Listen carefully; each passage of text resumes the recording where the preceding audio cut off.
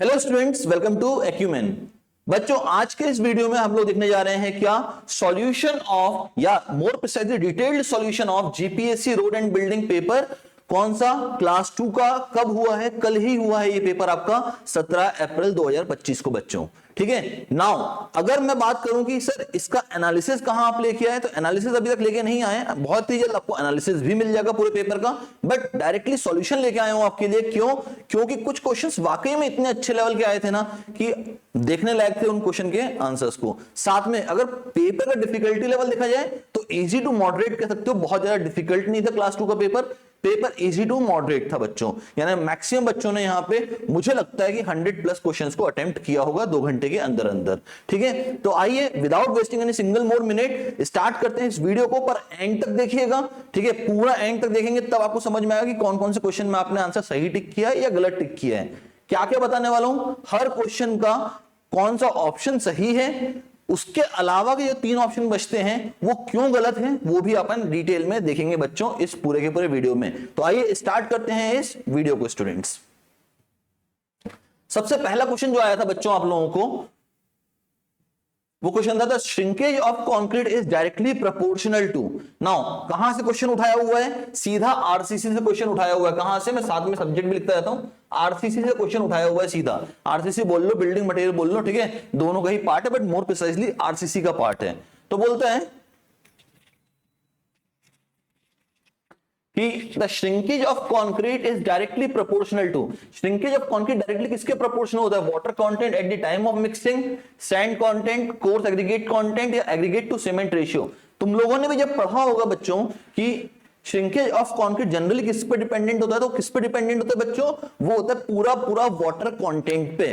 ठीक है, किस पे डिपेंडेंट होता है? पूरा पूरा वो वाटर कंटेंट पे डिपेंडेंट होता है बच्चों। ठीक है, तो क्या यहां पे सैंड कंटेंट और coarse aggregate content, aggregate to cement ratio का कोई फर्क नहीं पड़ने का? सर देखो, डिफरेंस तो आएगा, बट वो श्रिंकेज में आएगा ये कोई नहीं बोल सकता, क्योंकि श्रिंकेज प्योरली डिपेंडेंट होता है किसके ऊपर? वाटर कंटेंट के ऊपर। अगर पानी बहुत ज्यादा आपके कंक्रीट के अंदर है, इवापोरेट ज्यादा तेजी से होगा, ज्यादा तेजी से इवापोरेट होगा, तो श्रिंकेज ज्यादा हो जाएगा।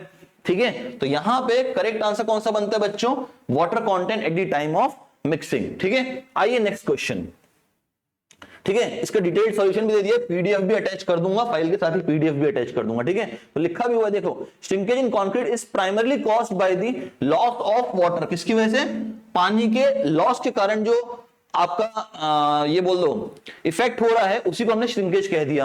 अ higher water content in the initial mix leads to more water being available to evaporate. भाई जितना ज्यादा पानी होगा कंक्रीट के अंदर, उतना ज्यादा पानी अवेलेबल है किसके लिए? इवापोरेशन के लिए। जितना ज्यादा इवापोरेशन होगा उतना ही ज्यादा श्रिंकेज होगा, उतना ही ज्यादा श्रिंकेज होगा। इसीलिए कहा जाता है कि श्रिंकेज प्राइमरली डिपेंडेंट होता है किसके ऊपर बच्चों? सिर्फ और सिर्फ वाटर कंटेंट के ऊपर।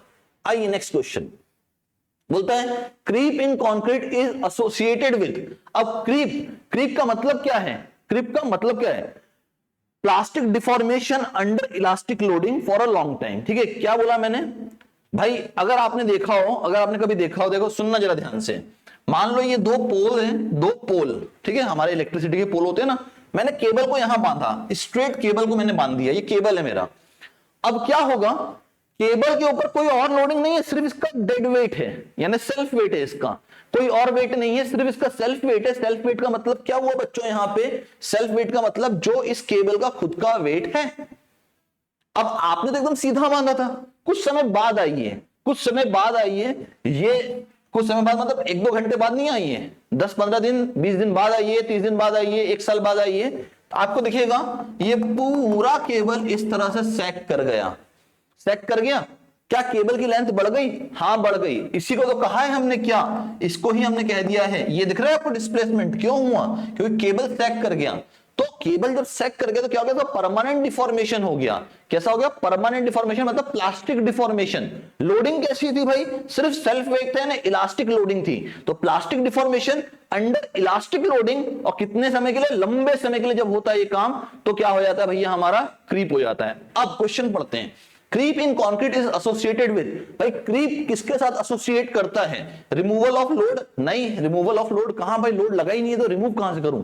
ठीक है, एडिशन ऑफ लोड, मैं लोड क्यों लगाऊंगा? ठीक है, लोड लगाने का कोई सेंस नहीं बनता ना।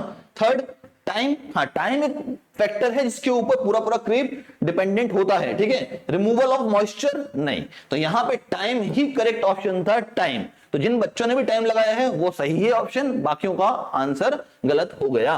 ठीक है, देख लो, करेक्ट आंसर इज टाइम। ठीक है, creep is the time dependent, ये वर्ड को सुन लो, देखो क्यों बोल रहा हूं ना बार बार कि आंसर को समझो। अगला पेपर आपका एक हफ्ते बाद ही है, कौन सा? नर्मदा एंड कल्पसर का, इरिगेशन का।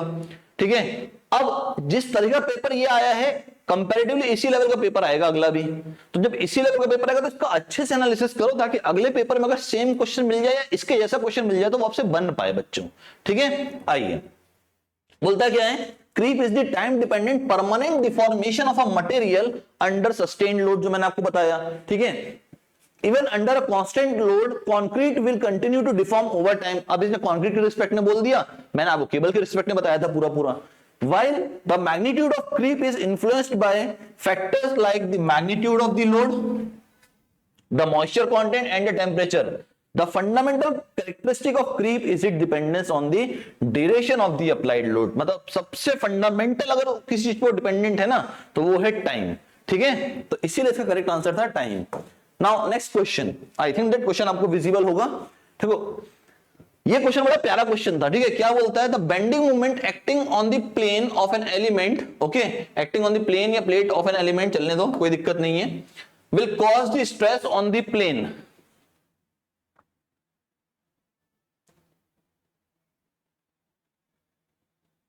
क्या होना चाहिए करेक्ट आंसर? क्या बोलता है? The bending moment acting on the plane of an element will cause the stresses on the plane. कैसे स्ट्रेस आएंगी? ट्रांसवर्स आएंगी, एक्सियल आएंगी, टेंशन आएंगी, नॉर्मल स्ट्रेस आएंगी। बताइए बच्चों मुझे कैसी स्ट्रेस आएंगी यहां पे, जल्दी से बताइए।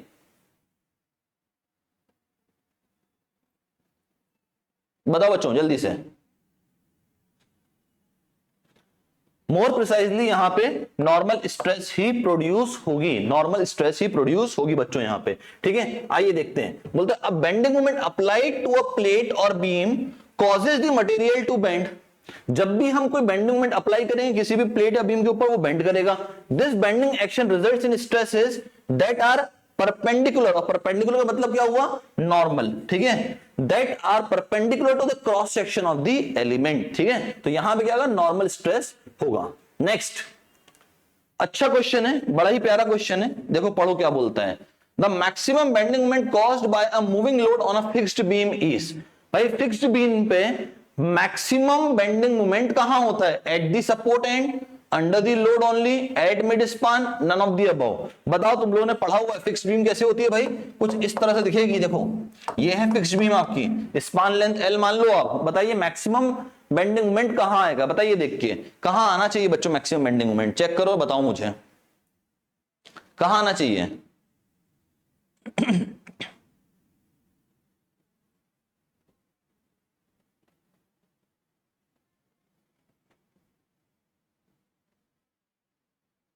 कहां आना चाहिए बच्चों?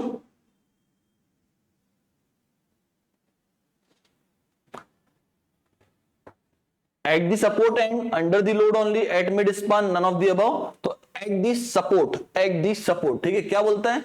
कोई मूविंग लोड अगर फिक्स्ड बीम के ऊपर मूव कर रहा है, ठीक है, फिक्स्ड बीम के ऊपर मूव कर रहा है तो मैक्सिमम बेंडिंग मोमेंट कहां आएगा? मैक्सिमम बेंडिंग मोमेंट आएगा सपोर्ट्स पे, सपोर्ट्स पे। ठीक है, बोलो सर सिंपली सपोर्टेड बीम में तो ये नहीं होता।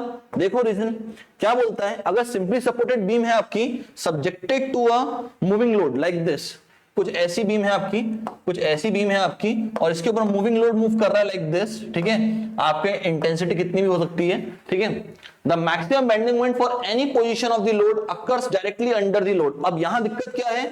यहां पे जो भी मैक्सिमम बेंडिंग मोमेंट होगा ना डायरेक्टली अंडर द लोड होगा। ठीक है, किसमें? सिंपली सपोर्टेड बीम में। वेयर एज ठीक है, फॉर अ फिक्स्ड बीम, अगर बीम हमारे फिक्स्ड है दोनों तरफ से, दोनों सपोर्ट पे फिक्स्ड है, the situation is slightly different. Fix support restrains both rotation and translation. भाई अब फिक्स्ड बीम में क्या है ना, फिक्स्ड बीम रोटेशन और ट्रांसलेशन दोनों को रिस्ट्रिक्ट करता है। जब दोनों को रिस्ट्रिक्ट करता है तो भाई अगर इसके ऊपर कोई लोड इसको बेंड करने की कोशिश कर रहा था तो फिक्स्ड एंड इसको रिएक्शन प्रोवाइड कर देंगे। जैसे ही फिक्स्ड एंड ने रिएक्शन प्रोवाइड किया, ये रिएक्शन ऐसी होगी, ये रिएक्शन ऐसी होगी, ठीक है। मैक्सिमम कहां होगी? सपोर्ट पे होगी, ठीक है। मैक्सिमम कहां होगी? सपोर्ट पे होगी। तो इसका करेक्ट आंसर क्या था भाई? इसका करेक्ट आंसर था at the support and. Okay, under the load नहीं होगा, मिड स्पान नहीं होगा, नन ऑफ दी अबव नहीं होगा। Next, the shear stress on a beam section is maximum. Now shear stress किसी भी बीम सेक्शन पे मैक्सिमम कहां होता है बच्चों? बताओ मुझे कहां पे होता है, ठीक है। At the centroid of the section, on the extreme fibre, sorry on the extreme free surface fibres, at the neutral axis but not at the centroid, at the free edges. अब हमें ही पता है, इतना हमने भी सोम पढ़ा है, strength of material, solid mechanics, हमें ये पता है इसका आंसर क्या होगा। इसका आंसर भाई एट द न्यूट्रल एक्सिस। क्यों भाई? न्यूट्रल एक्सिस सेंट्रोइड से पास हो ना हो उससे कोई लेना देना नहीं है, पर होता वो न्यूट्रल एक्सिस पे ही मैक्सिमम है, ठीक है। क्यों मैक्सिमम है भाई? जहां पे बेंडिंग स्ट्रेस जीरो होती है वहां शेयर स्ट्रेस मैक्सिमम हो जाता है, ये आपको पता है, ठीक है, ये आपको पता है। तो अगर आपने बीम के केस में देखा है तो बीम के केस में न्यूट्रल एक्सिस पे स्ट्रेसेस जीरो होती हैं। जिस पॉइंट पे आपका बेंडिंग स्ट्रेस जीरो है यानी न्यूट्रल एक्सिस पे, वहीं पे आपका शेयर स्ट्रेस मैक्सिमम पहुंच जाता है, ठीक है। तो क्या बोलता था? Shear stress on a beam section is maximum eight the neutral axis but not eight centroid. Clear? Done. Next, इसका भी पूरा रीजन मैंने आपको दे ही दिया है। नेक्स्ट, ये क्वेश्चन बड़ा अच्छा है बच्चों। यहां पे ना दो सॉल्यूशन बनते हैं, पर दोनों में से मोर प्रिसाइज कौन सा है वो अपन एक करके डिस्कस करते हैं। देखो, बोलता है radius of gyration of a section is proportional to, radius of gyration of a section is proportional to, यानी अगर आपको ये रिलेशन पता है I equals to AR square, तो आप काम कर लेंगे, बच्चों, ठीक है। आपको निकालना है रेडियस ऑफ गायरेशन, ये हो जाएगा under root of I by A। ना यहां पे बहुत बच्चे गलती कर जाते हैं और कई सॉल्यूशंस यहां पे गलत भी आए हैं, ठीक है। अगर आप गूगल पे भी चेक करोगे तो काफी सॉल्यूशन गलत मिलते हैं। यहां पे क्यों गलत मिलते हैं उसका एक रीजन है। लोगों ने ये माना भाई कि सिर्फ और सिर्फ जो आपका ये है क्या बोलते हैं एक्सेस है, वो आप अलोंग द विड्थ खींच सकते हैं, ठीक है। अलोंग द विड्थ खींच सकते हैं मतलब डेप्थ को काटते हुए जाएगा, वो डेप्थ को काटते हुए जाएगा। पर जरूरी थोड़ी ना, उसने कहीं मेंशन थोड़ी ना किया है भाई, उसने कहीं मेंशन किया है कि क्या आपका जो एक्सेस है, ठीक है, जो आपका एक्सेस जिसके बाद आप मोमेंट ऑफ इनर्शिया लेने वाले हैं, वो क्या डेप्थ को काटता हुआ जा रहा है, कहीं मेंशन किया है क्या? नहीं ना। तो दोनों पॉसिबिलिटी बनती है यहाँ पे, दोनों पॉसिबिलिटी देखना। यहाँ पे गलत किया होगा तुम लोगों ने आंसर, ठीक है, इसीलिए बोल रहा हूं। देखो इतना डिटेल्ड सॉल्यूशन इसीलिए लेके आया हूं कि आपको समझ में आए गलती कहां की हो बच्चों। देखो अगर यहां पे मैं आपको बताऊं तो moment of inertia rectangular body का कितना होता है? BD क्यूब बाय 12, है ना, BD cube by 12, BD cube by 12, ठीक है। एरिया कितना हो जाएगा भाई? B इंटू डी, ठीक। अंडर रूट ले लिया इसका भाई, बी गया, डी स्क्वायर आ गया यहाँ पे, under root of D by something constant आएगा। तो मैं बोलता हूं R is proportional to D. बोलो सर हो गया correct answer. Depth of the section का सबर रखो जरा, अभी सबर रखो, अभी आएगा सॉल्यूशन। देखो अभी सॉल्यूशन कंप्लीट नहीं हुआ है। अगर ऐसा ना होता मोमेंट ऑफ इनर्शिया, और अगर कहीं ऐसा हो जाता भाई under root of DB cube upon 12 और नीचे एरिया तो BD ही रहता आपका, DB कट गया, स्क्वायर बच गया, क्या आ गया? R is proportional to B, हो गया। तो अब यहां से क्या पता चला हमें? रेडियस ऑफ गायरेशन जो है वो किसके प्रोपोर्शनल है? आइदर डेप्थ और विड्थ, क्लियरली दिख रहा है, ठीक है। क्या ऑप्शन था? डेप्थ और width of section. More precise answer है, करेक्ट आंसर है ये, ठीक है। कभी भी डेप्थ ऑफ सेक्शन डायरेक्टली मत लगा देना, क्योंकि उसने कहा नहीं है कि भाई आपका जो एक्सेस इसके अबाउट आप मोमेंट ऑफ इनर्शिया निकाल रहे हैं वो किसको कट करता हुआ जा रहा है या किस डायरेक्शन में है, ठीक है। मेंशन ही नहीं करेगा तो दोनों के दोनों आंसर पॉसिबल है। ऑप्शन नंबर सी करेक्ट होगा यहां पे, ठीक है। नेक्स्ट, तो ये मैंने पूरा डिटेल सॉल्यूशन डाल दिया है आपके लिए यहां पे। अगला, the plane of principal stresses are associated with, भाई किसी भी प्लेन पे अगर प्रिंसिपल स्ट्रेस आ गई हैं तो वहां पे शेयर स्ट्रेस क्या होगा? बताइए मुझे क्या होगा शेयर स्ट्रेस? भाई शेयर स्ट्रेस क्या होगा? जीरो हो जाएगा, ठीक है। शेयर स्ट्रेस जीरो हो गया तो क्या होगा भैया? सम ऑफ द नॉर्मल स्ट्रेसेस नहीं, ठीक है। Difference of the normal stresses नहीं, इंडिपेंडेंट ऑफ नॉर्मल स्ट्रेसेस नहीं, independent of shear stress correct answer है। क्योंकि जिस भी प्लेन पे आपके प्रिंसिपल स्ट्रेसेस आ गए, जहां पे भी आपके प्रिंसिपल स्ट्रेसेस आ गए, बस वहां पे आप ये समझ लीजिए शेयर स्ट्रेस जीरो हो जाता है, ठीक है। ये आपने मोहर सर्कल में भी देखा हुआ है और आपने सिंपल स्ट्रेस स्ट्रेन वाले कंडीशंस में भी देखा हुआ है। प्रिंसिपल स्ट्रेस स्ट्रेन जब हम लोग पढ़ते हैं वहां पे भी आपने देखा हुआ है कि भाई जहां पे भी जिस भी प्लेन पे प्रिंसिपल स्ट्रेसेस आ गए वहां पे शेयर स्ट्रेस ऑटोमेटिकली जीरो हो जाता है, ठीक है। तो independent of shear stress. I think that ये क्वेश्चन आपको समझ में आया होगा, ठीक है बच्चों। नेक्स्ट, अब और अच्छा क्वेश्चन आया अगला, ठीक है। इसका भी डिटेल सॉल्यूशन डाल दिया, पूरा का पूरा पीडीएफ अटैच कर दूंगा इसी वीडियो के डिस्क्रिप्शन में, पीडीएफ मिल जाएगा, ठीक है। कमेंट करके बताना पर कि क्वेश्चन से मजा आ रहा है कि नहीं, ठीक है। एक एक क्वेश्चन का डिटेल सॉल्यूशन बना के लाया हूं आपके लिए कि आपको समझ में आए, ठीक है। पीडीएफ भी आपको इसीलिए शेयर कर रहा हूं कि आपको मजा आए इसको पढ़ने में, ठीक है। Next, the ratio of volume of void to the total volume of soil mass. अच्छा, क्वेश्चन यहीं पे खेल गया आपके साथ। वॉल्यूम ऑफ वॉइड बोला ना, बच्चे लिख के आ गए वॉइड रेशियो। भैया थोड़ा सा सबर रखो, थोड़ा सबर। वॉल्यूम ऑफ वॉइड है, वॉल्यूम ऑफ वॉइड है, पूरा टोटल वॉल्यूम ऑफ सॉइल है भैया, पूरा टोटल वॉल्यूम ऑफ सॉइल है। ये वॉल्यूम ऑफ सॉलिड्स नहीं है डिनोमिनेटर में, वॉल्यूम ऑफ सॉइल है, टोटल मास ऑफ सॉइल है। क्या बनेगा ये क्या बनेगा? ये बन जाएगी आपकी पोरोसिटी। क्या बन जाएगी? पोरोसिटी। ऑप्शन नंबर ए, पोरोसिटी, ठीक है। थोड़ा ध्यान से, अब एयर कंटेंट, वॉइड रेशियो और सॉलिड कंटेंट की नियम तो आओ देख लेते हैं भाई। पोरोसिटी का फॉर्मूला क्या होता है? Volume of void to total volume of soil sample. Void ratio क्या हो जाएगा? Volume of void to total volume of solids, कि भाई कितना सॉलिड उस सॉइल मास के अंदर प्रेजेंट था। अगर उसके रिस्पेक्ट में निकाल रहे हो तो आपको मिलेगा क्या? आपको मिलेगा वॉइड रेशियो, ठीक है। नेक्स्ट, एयर कंटेंट क्या होगा भैया? Volume of air to the total volume of void, इसको हम लोग एयर कंटेंट बोल जाते हैं। तो भाई बाकी तीन ऑप्शंस गलत क्यों थे वो भी बता दिया, सही ऑप्शन क्या था वो भी बता दिया, ठीक है। नेक्स्ट, अच्छा क्वेश्चन है ये। अ soil sample has a specific gravity of 2.6 and a void ratio of 0.78, the water content to fully saturate the soil will be, now fully saturation बोल दिया है, जैसे ही fully saturation बोल दिया, saturation कितना हो गया इसका? 100% Na1, ठीक है। void ratio आपको देके रख दिया उसने कितना? 0.78 का। स्पेसिफिक ग्रेविटी उसने आपको 2.6 की दे ही दी। बस बचा क्या है? बचा क्या है? मांगा क्या उसने? वाटर कंटेंट मांगा है, सीधा रिलेशन पता है आपको, ES इक्वल्स टू WG। लगाइए, आंसर पाइए भैया। 0.78 into 1 equals to water content निकालना है हमको, और जी कितना है? 2.6 का है। करो सॉल्व और बताओ कितना आता है मुझे, जल्दी से करिए सॉल्व और बताइए मुझे कितना आता है, फटाफट से बताइए कितना आता है, जल्दी से। लगभग लगभग कितना आएगा? बताओ बताओ बताओ, सॉल्व करके कितना आएगा लगभग लगभग? 0.3 के आसपास आना चाहिए, है ना? 0.3 के आसपास आता है ये, ठीक है। क्या? वाटर कंटेंट हमारा। अब ये 0.3 आ गया, अगर ये 0.3 आ गया है, हमें तो परसेंटेज में निकालना, तो कितने से मल्टीप्लाई कर दे भाई? 100 से मल्टीप्लाई कर दो, this will be equal to 30%। ये आ गया आपका क्या? वाटर कंटेंट आ गया इस पर्टिकुलर सॉइल का, ठीक है। तो यहां पे 30% ऑप्शन ए करेक्ट था। बाकी तीन ऑप्शन क्यों रॉन्ग है? क्योंकि वो कैलकुलेशन में दिख ही नहीं रहे कहीं पे भी, ठीक है। आंसर भी ये है 30%, ठीक है। इन डिटेल सॉल्यूशन भी दिया हुआ है, पूरा टाइप्ड सॉल्यूशन आपको, कि आपको एग्जाम में बहुत अच्छे से काम आए, ठीक है, एग्जाम के लिए रिवीजन करते वक्त। Now toughness index of the soil is the ratio of, toughness index किसका रेशियो होता है बच्चों? ठीक है, पढ़ा हुआ है हमने सॉइल के अंदर अंदर टफनेस इंडेक्स, ठीक है, किसका रेशियो होता है भाई? अगर मैं टफनेस इंडेक्स आईटी की बात करता हूं तो किसका रेशियो होता है? ये plastic index to the flow index, IP upon IF. Simple सा है ये भाई हमारा रिलेशन, ठीक है। तो कौन सा हो गया भाई? ऑप्शन नंबर ए हो गया, plastic index to the flow index, ठीक है। ये रहा आपके सामने एक्सप्लेनेशन। टफनेस इंडेक्स क्या है भैया?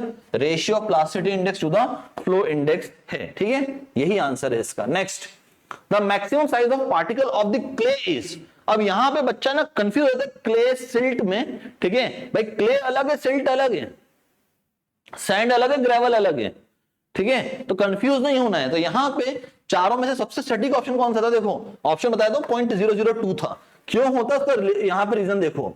जो क्ले पार्टिकल है ना, क्ले पार्टिकल, इनका साइज होता है स्मॉलर देन 0.002 mm, ठीक है, स्मॉलर देन 0.002 mm।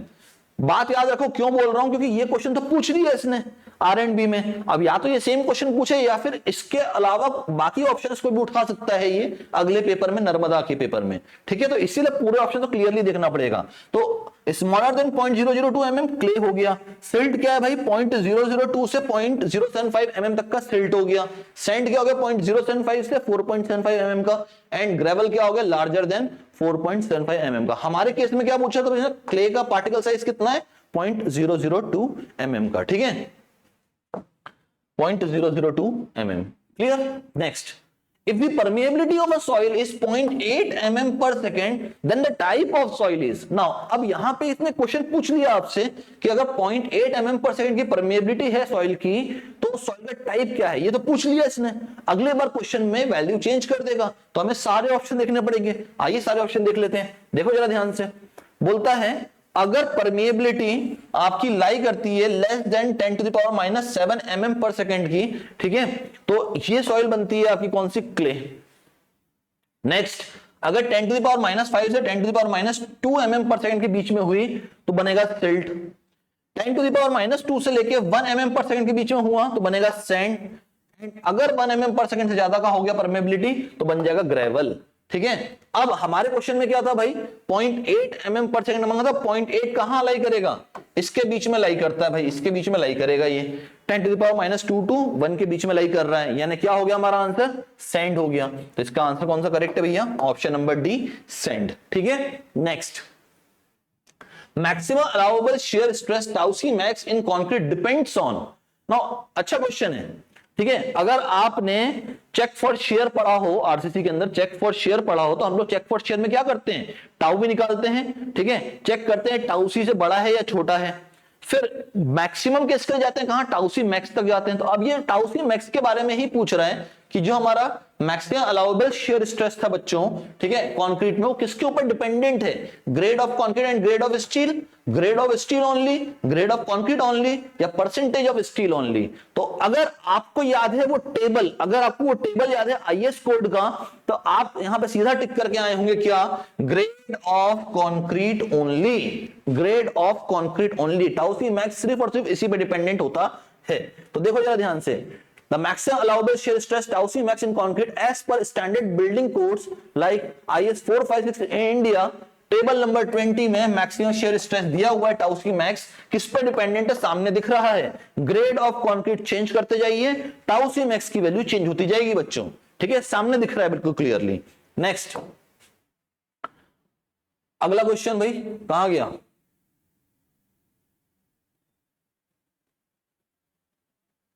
क्वेश्चन गायब। चलो अगला क्वेश्चन देखते हैं, ठीक है, जो क्वेश्चन गायब हुआ उसको बाद में कवर करते हैं। Minimum period for removal of vertical form work to column wall beam in normal as per IS 456/2000। अब देखो इनने क्या बोला, जो फॉर्मवर्क हमें रिमूवल करना है, ठीक है, उसके लिए मिनिमम पीरियड क्या होगा भैया, कौन से केस के लिए, कॉलम्स के लिए, वॉल्स के लिए, बीम्स के लिए। तो आईएस कोड ने इसका भी प्रोविजन दिया हुआ IS 456 ने। देखो क्या बोलता है IS 456, अगर वर्टिकल फॉर्मवर्क है कॉलम, वॉल्स, बीम्स में, तो 16 से 24 घंटे के अंदर अंदर आप उसको रिमूव कर सकते हैं, ठीक है। तो यहां पे कौन सा ऑप्शन करेक्ट हो जाएगा भाई, 16 से 24 घंटे, यानी आपका ऑप्शन नंबर डी, ठीक है। Next, IS 875 part 2 is the code of practice for. अच्छा, पार्ट 2 पूछ लिया, पार्ट 1 अगली बार पूछ लेगा, पार्ट 3 पूछ लेगा, पार्ट 4 पूछ लेगा, पार्ट 5 पूछ लेगा, क्योंकि IS 875 में तो 1 2 3 4 5 है ना पार्ट्स। तो भाई 2 पूछ लिया इस बार। 2 किसके लिए होता है, 2 होता है लाइव लोड के लिए, ठीक है। 1 किसके लिए होता है, डेड लोड के लिए होता है। तो ऐसे करके सारे के सारे IS देख लेते हैं एक बार में, ठीक है। तो IS 875 part 1 dead load, IS 875 part 2 impose load, part 3 wind load, part 4 snow load, part 5 special loads and load combination, ठीक है। तो याद रखिएगा सारे के सारे पार्ट्स को 875 के पूछ लेगा। मैंने कई बार आरसीसी पढ़ाते वक्त हम लोग कहा है कि कोर्स बहुत अच्छे से यहां पे पढ़ के जाइएगा। इस बार के पेपर को देख लो आप, मैक्सिमम चीजें सीधा कोडल प्रोविजन से उठा ली है इसने सीधा, और बनता भी है ना यार। 2 घंटे का पेपर है, 2 घंटे में वो आपको कोई ऐसा रॉकेट साइंस क्वेश्चन थोड़ा दे देगा कि आप सॉल्व करते रह जाओ। इतना टफ क्वेश्चन देगा, एक आध 2 क्वेश्चन होते हैं ऐसे जो फील्ड एस्ट्रोनॉमी से आए थे जहां पे हम अटकते हैं, नहीं तो बाकी तो क्वेश्चन बड़े आसान थे, ठीक है। एक एक आप मतलब विद इन 30 सेकंड या 40 सेकंड में एक क्वेश्चन को आप बना रहे होगे, इस लेवल के क्वेश्चन हैं ये, ठीक है। Next, the unsupported length of a reinforce concrete column shall be. अच्छा क्वेश्चन है, बोलता है अनसपोर्टेड लेंथ आरसी कॉलम की क्या होगी, 60 times the least cross sectional dimension. नहीं है, तो स्लेंडरनेस रेशियो की बात होती है ना, तो स्लेंडरनेस की बात हो रही है। Doubles to effective length of column, नहीं, ये तो भाई एंड कंडीशन पे डिपेंड करेगा कि आपकी एंड कंडीशन कैसी है कॉलम की। भाई बोथ एंड फिक्स्ड है, वन एंड फिक्स्ड है, वन एंड हिंज है, बोथ एंड हिंज है, one and fixed one and free है, ठीक है। इसके बाद भी 3 केसेस और हैं, ठीक है। तो ये तो डिपेंडेंट होगा, तो ये तो बोलना कि भाई अनसपोर्टेड लेंथ डबल हो जाए इफेक्टिव लेंथ ऑफ कॉलम के, बिल्कुल गलत बात है, ठीक है। बोलता है सेम एज इफेक्टिव लेंथ, ये भी डिपेंडेंट है भाई किसके ऊपर, पूरा पूरा कि एंड कंडीशन कैसी है, ठीक है। अगर एंड कंडीशन वैसी निकल गई जहां पे इफेक्टिव लेंथ और अनसपोर्टेड लेंथ बराबर हो गई, उस केस में यह होल्ड कर जाएगा, नहीं तो नहीं होल्ड करेगा। तो इसको क्या पेरेंट बोल सकते हैं या नहीं? ये क्या होगा, clear distance between and restraint, जो भी आपके एंड रिस्ट्रेंट है उनके बीच की जो क्लियर डिस्टेंस है उसी को हम बोल जाते हैं क्या, अनसपोर्टेड लेंथ। बोलो कहां पे दिया है ये रहा आईएस कोड का पूरा लेके आया हूं आपके लिए, ठीक है। देख लीजिए सामने है आपके पास, ठीक है। क्या बोलता है, according to standard structural design terminology including codes like IS 456 2000, पूरी की पूरी कहानी लिख के दी है, ठीक है। इसी में आपको मैंने बता दिया कि भाई किसके ऊपर डिपेंडेंट होता है, ये क्या होता है आपको unsupported length. Unsupported length of a column is defined as the clear distance between the lateral supports that provide restraint against buckling in the plane being considered.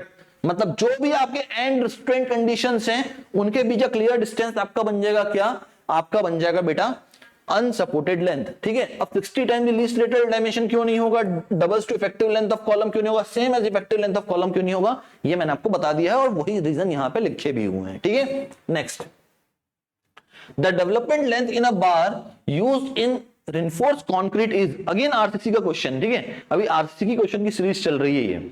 अब देखो यहां पे क्या हो रहा है, डेवलपमेंट लेंथ पूछ रहा है, development length of bar used in RCC is for. अब डेवलपमेंट लेंथ यूज क्यों करते हैं, ठीक है। डेवलपमेंट लेंथ अगर आपने फॉर्मूला समझा हो तो क्या होता था भैया, बताओ क्या होता था, अरे बोलो भैया, 0.87 FY5 अपॉन 4 टाउ BD या 5 sigma S upon 4 tau BD। तो यही फॉर्मूला है आपके सामने, देख लो, 5 sigma S upon 4 tau BD S पर IS कोड। अब यहां पे IS कोड का ही एक क्लॉज लेके आया हूं मैं, ठीक है। कहां है वो क्लॉज, है क्या, हाँ ये रहा क्लॉज। देखो जो आपका फॉर्मूला था भाई डेवलपमेंट लेंथ का कितना, 5 sigma S upon 4 tau BD, यहां पे देखो जरा ध्यान से, तो BD क्या है भाई, यहाँ पे टाउ BD क्या है, यहाँ पे टाउ BD है आपका डिजाइन बॉन्ड स्ट्रेस। अब डिजाइन बॉन्ड स्ट्रेस जो यहाँ पे दिया हुआ है ये माइल्ड स्टील के लिए लेते हैं कितना, ये लिखा हुआ है आपके सामने, M20 के लिए 1.2, M25 के लिए 1.4 एंड सो ऑन। ये तो माइल्ड स्टील के लिए हुआ। जैसे ही आप HYSG बार में जाते हैं, मतलब आप टेंशन जोन में ही प्रोवाइड कर सकते हो, कंप्रेशन में प्रोवाइड करते हो, बट अभी बात हो रही है टेंशन जोन की। जब आप HYSG बार को टेंशन जोन में डाल रहे हैं उस समय पे आपको बढ़ाना पड़ेगा कितने से, 60% से बढ़ाना पड़ेगा, क्योंकि आपने HYSG बार का इस्तेमाल कर लिया है। इस वैल्यू को, इस पर्टिकुलर वैल्यूज को आपको 60% से बढ़ाना पड़ेगा, ठीक है, 60% बढ़ाना पड़ेगा। इसी को अगर आपने कंप्रेशन जोन में यूज कर लिया, कंप्रेशन जोन में यूज कर लिया, तो आपको अलग से 25% और बढ़ाना पड़ेगा, ठीक है। क्वेश्चन बनेगा इसके ऊपर आपको एग्जाम में, अगले एग्जाम में इसी के ऊपर क्वेश्चन बन जाएगा आपको। एक कोई सा भी ग्रेड दे देगा, उसके लिए पूछ लेगा भाई बॉन्ड स्ट्रेस बता दो आप, बॉन्ड स्ट्रेस का टाउ BD LD कैलकुलेट करवा देगा आपसे, ठीक है। तो इसीलिए इसको पढ़ना बहुत इंपॉर्टेंट है।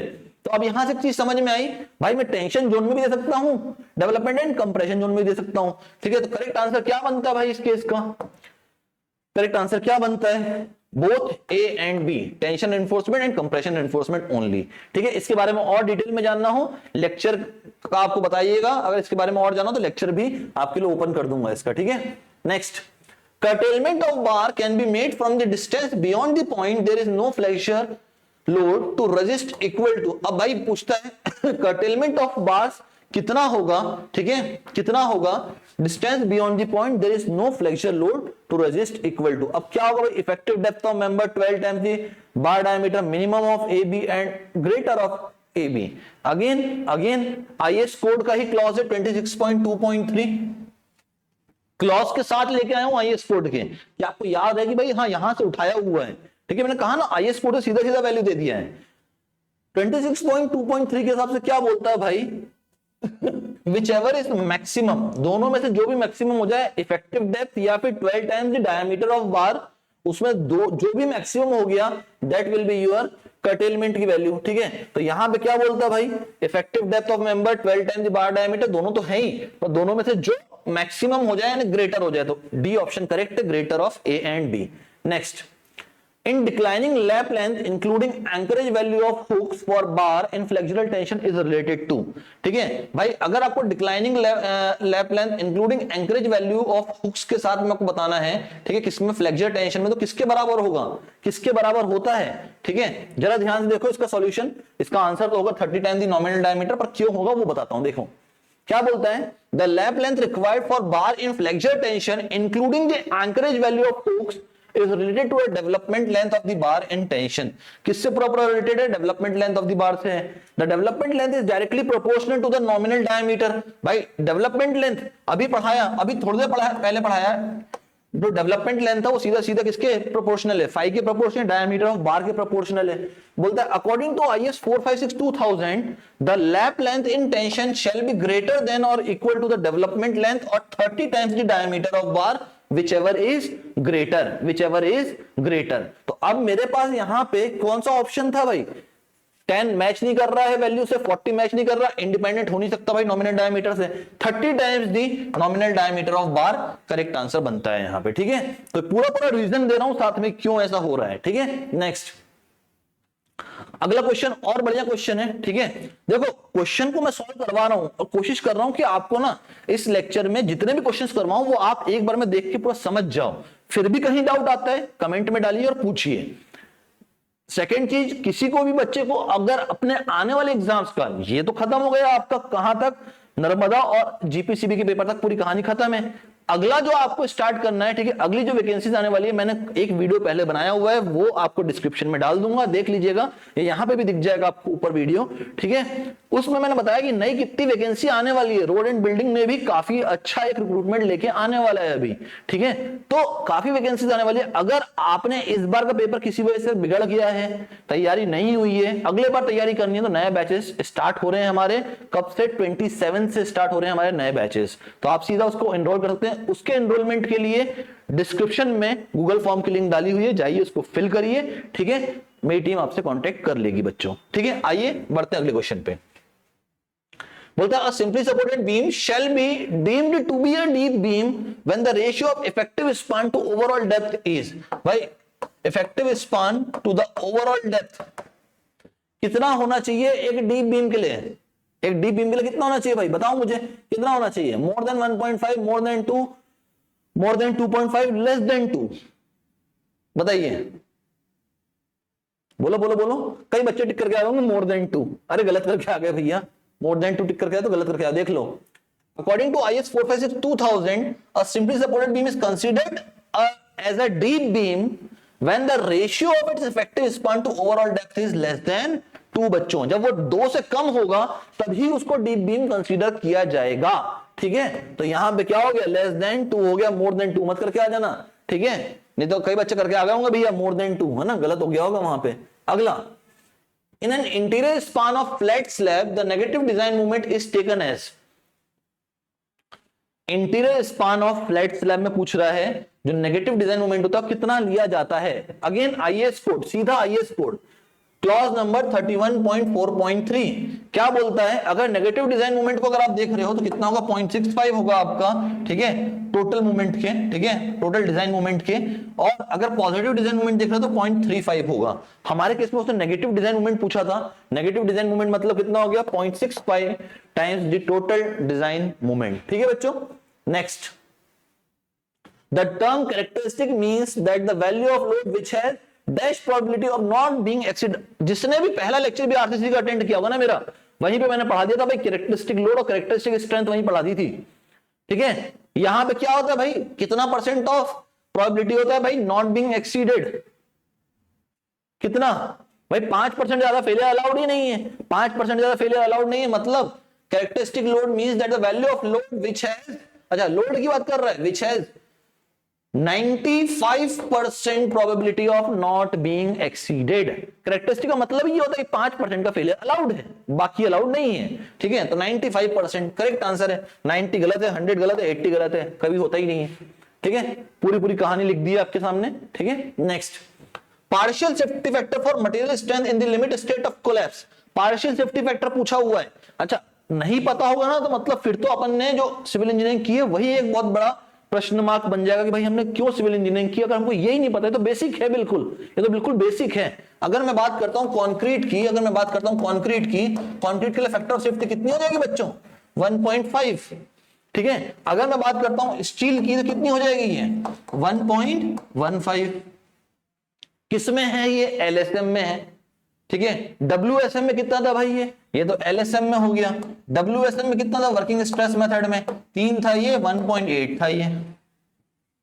ठीक है, तो आपके सामने फैक्टर ऑफ सेफ्टी लिख दी है मैंने फॉर एलएसएम, फॉर डब्ल्यूएसएम। थोड़ा ध्यान से देखो इसको, ध्यान से। यहाँ पे for concrete factor of safety is 1.5, for steel 1.15। Simple question था, ऑप्शन नंबर ए करेक्ट था यहाँ पे। ठीक है, next question, a ladder is resting on a rough ground and leaning against a smooth vertical wall, the force of friction will act। अच्छा, क्या बोल रहे हैं? एक हमारे पास रफ ग्राउंड है और यहां पे मेरे पास एक स्मूथ वॉल है। स्मूथ वॉल है ना, एकदम स्मूथ वॉल है, समझ लो कांच की है। इसके ऊपर लैडर ऐसे इंक्लाइंड वे में रखा हुआ है। बोलता है फ्रिक्शन कहां होगा? 4 ऑप्शन दिए हैं, downward at its upper end, upward at its upper end, zero at its upper end, perpendicular to the wall at its upper end. अब एक चीज बहुत क्लियर है भाई, पूरा वॉल स्मूथ है, मतलब वॉल पे कोई भी फ्रिक्शन जनरेट नहीं होगा, मतलब जीरो कहां गया भैया? Zero at its upper and. यहां पे फ्रिक्शन स्ट्रेस कितना होगा, या आपका जो फ्रिक्शनल फोर्स है वो कितना हो जाएगा? जीरो हो जाएगा यहां पे। क्यों? क्योंकि भाई वॉल ही आपकी स्मूथ थी। जब वॉल स्मूथ थी तो भाई फ्रिक्शन जनरेट कैसे होगा? ठीक है, तो डिटेल सॉल्यूशन देखिए, ये लिखा हुआ है। The problem states that the vertical wall is smooth, as smooth surface by definition offers no resistance to tangential motion, therefore the force of friction acting between the ladder and the smooth vertical wall will be zero। ठीक है, तो इसका correct answer था option number सी बच्चों। Next, a beam AB is fixed at both ends and carries a uniformly distributed load of intensity W per unit length over its entire length. Due to some constructional defect, the end B is now reduced to a simple support. The percentage increase in bending moment at A is। बोलता क्या है? पहले beam थी आपकी fixed beam, फिर किसी constructional defect के कारण इस फिक्सिडिटी को हटा के हमने यहां पे क्या कर दिया? इसको due to some constructional defect the end B is now reduced to a simple support. इसको सिंपल सपोर्ट कर दिया भाई। सिंपल सपोर्ट मैं हिंज बोल देता हूं, प्रॉप्ड बोल दो, बात एक ही है। ठीक है, अब अगर ऐसा होता है तो बेंडिंग मोमेंट कितना इंक्रीज हो गया होगा? ए पे बेंडिंग मोमेंट कितना इंक्रीज हो गया होगा, ये पूछता है भाई।